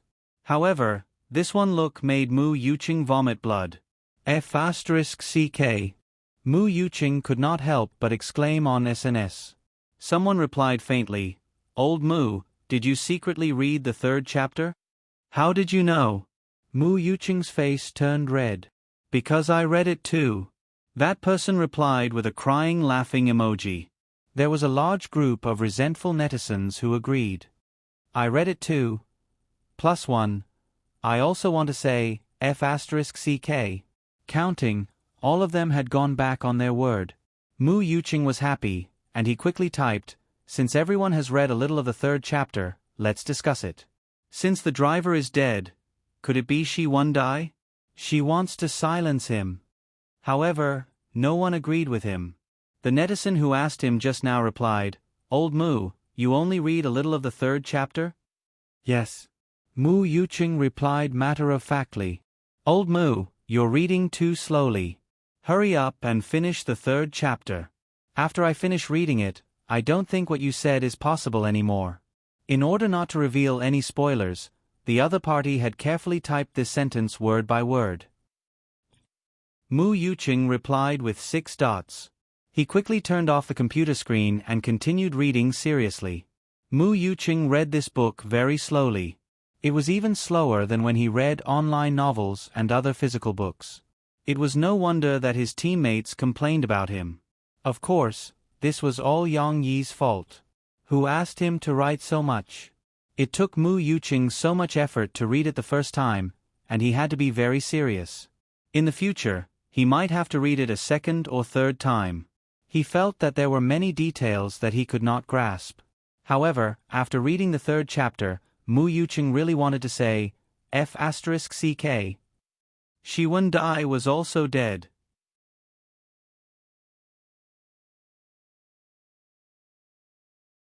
She died of gas poisoning. All the evidence pointed to Shi Wen-dai committing suicide. However, Mu Yuqing's mind was in a mess. He couldn't help but turn on his computer screen and log onto SNS to discuss with the netizens. Shi Wen-dai didn't commit suicide, right? Why do I feel like Shi Shuehui killed her? Mu Yuqing asked. I think it's possible. Yang Yi's description here is too obvious. Shi Shuehui asked the apartment manager to open the door. This alibi is too obvious. A netizen sighed and said. But I think it's hard to accept. Shi Shuehui is such a sensible and cute little girl. How could she kill her mother whom she depended on for survival? Mu Yuqing hammered on the table and typed furiously. Maybe she found out about her mother's crime? The netizen replied with an answer that even he found hard to believe. That doesn't make sense. Mu Yuqing obviously didn't agree. At this moment, other people also participated in the discussion. There were different opinions, but no one could convince anyone. At this moment, the senior mystery novel reader from before appeared and interrupted. Whether it's because Shi Shuehui was dissatisfied with her mother's decadent lifestyle, or because Shi Shuehui resented her mother's abuse, it's an irrefutable fact that Shi Shuehui killed her mother. This affirmative tone aroused the doubts of many netizens, who asked him to provide evidence. Turn to page 49, the 3rd paragraph. Do you see it? Every time she moved, a jingling sound came from her body. Then, the 2nd paragraph on the next page. She nodded slightly, and a jingling sound came from her body. Do you know what that is? The senior mystery novel reader provided evidence and proudly kept them in suspense. What is that? Mu Yuqing was very curious. It must be the key. It should be the sound of keys colliding. She has a key on her body. The netizen said. How is that possible? That's not the sound of keys colliding. Many people expressed their doubts. However, these were not important. Mu Yuqing flipped to the last few pages of the 3rd chapter and confirmed that Shi Shuehui was a suspect. After all, the article was written too obviously. The dead person shouldn't be the murderer. The murderer must still be alive. Could the murderer be Shi Shuehui? The senior mystery novel reader asked. How is that possible? How could a girl the size of a primary school student kill a strong adult? Wouldn't Tong Shiliang's father resist? Many netizens strongly refuted. Also, I don't think it's possible that Shi Shuehui killed her mother. The only possibility is that her mother and the driver worked together to kill the deceased. Then, her mother killed the driver and committed suicide to escape punishment. She didn't want to bring trouble to her daughter. Was that really the case? Mu Yuqing couldn't help but want to read the next chapter. He really wanted to know who the murderer was. However, when he flipped to the next chapter, Mu Yuqing exclaimed, F***ck. In the next chapter, the story had jumped to a few years later. Shi Shuehui was already a junior high school student. No, she should be called Tang Shuehui now. She was adopted by her biological father's relative and changed her surname. And the previous case had become an unsolved case. Did it have to be so bad? Mu Yuqing sighed. He thought of Yang Yi's Prison Break. Although the style was completely different and Yang Yi had made a lot of changes, he could still see a trace of Yang Yi's shadow in the details. Every time the truth came to light, he would not let the readers have a good time. Gradually, there was no discussion in the discussion group because everyone was immersed in Yang Yi's story. Mu Yuqing didn't have time to talk about the plot. He continued to read chapter by chapter. When his stomach was growling at night, he remembered to order takeout. But when the takeout arrived, he casually took a few bites and continued to read. For this book, he forgot to eat and sleep. He only reached the last page in the middle of the night. In the end, he saw Tong Shiliang jump upstairs without hesitation. He saw Tong Shiliang insert the weapon that Officer Chow couldn't find in his chest, scissors. He saw Tang Shuahui walk away as if she didn't know Tong Shiliang at all under Officer Chow's interrogation. Suddenly, Mu Yuqing burst into tears. His originally bloodshot eyes were covered with tears, and he could no longer see the words in the book clearly. Actually, in the middle of the book, Mu Yuqing had already identified the culprit. However, it wasn't until the last few chapters that Mu Yuqing understood the cause of everything. It was actually so dirty that it changed the future of two originally innocent and unaffected children. He also thought of the silhouette of a boy and a girl on the front and back of the book, as well as the sentence, "I never had the son, so I'm not afraid of losing it." It turned out that Yang Yi had already told him the answer, but they had forgotten it. When his tears stopped flowing, Mu Yuqing realized that he still had lingering fears. Actually, he didn't like the two main characters at all, because Tong Shiliang and Tang Shuahui were too dark. Their way of doing things was disgusting and terrifying. But Mu Yuqing couldn't help but sigh. In the whole story, as the murderers, they were indeed the victims. At the same time, Mu Yuqing was also touched by the abnormal love between Tong Shiliang and Tang Shuahui. No matter what, they gave their hearts and souls to each other, and it was great. On the last page of the book, Yang Yi finally left a sentence of his own in the book. Due to the complexity of the human heart in today's society, children lack self-protection awareness and anti-aggression education.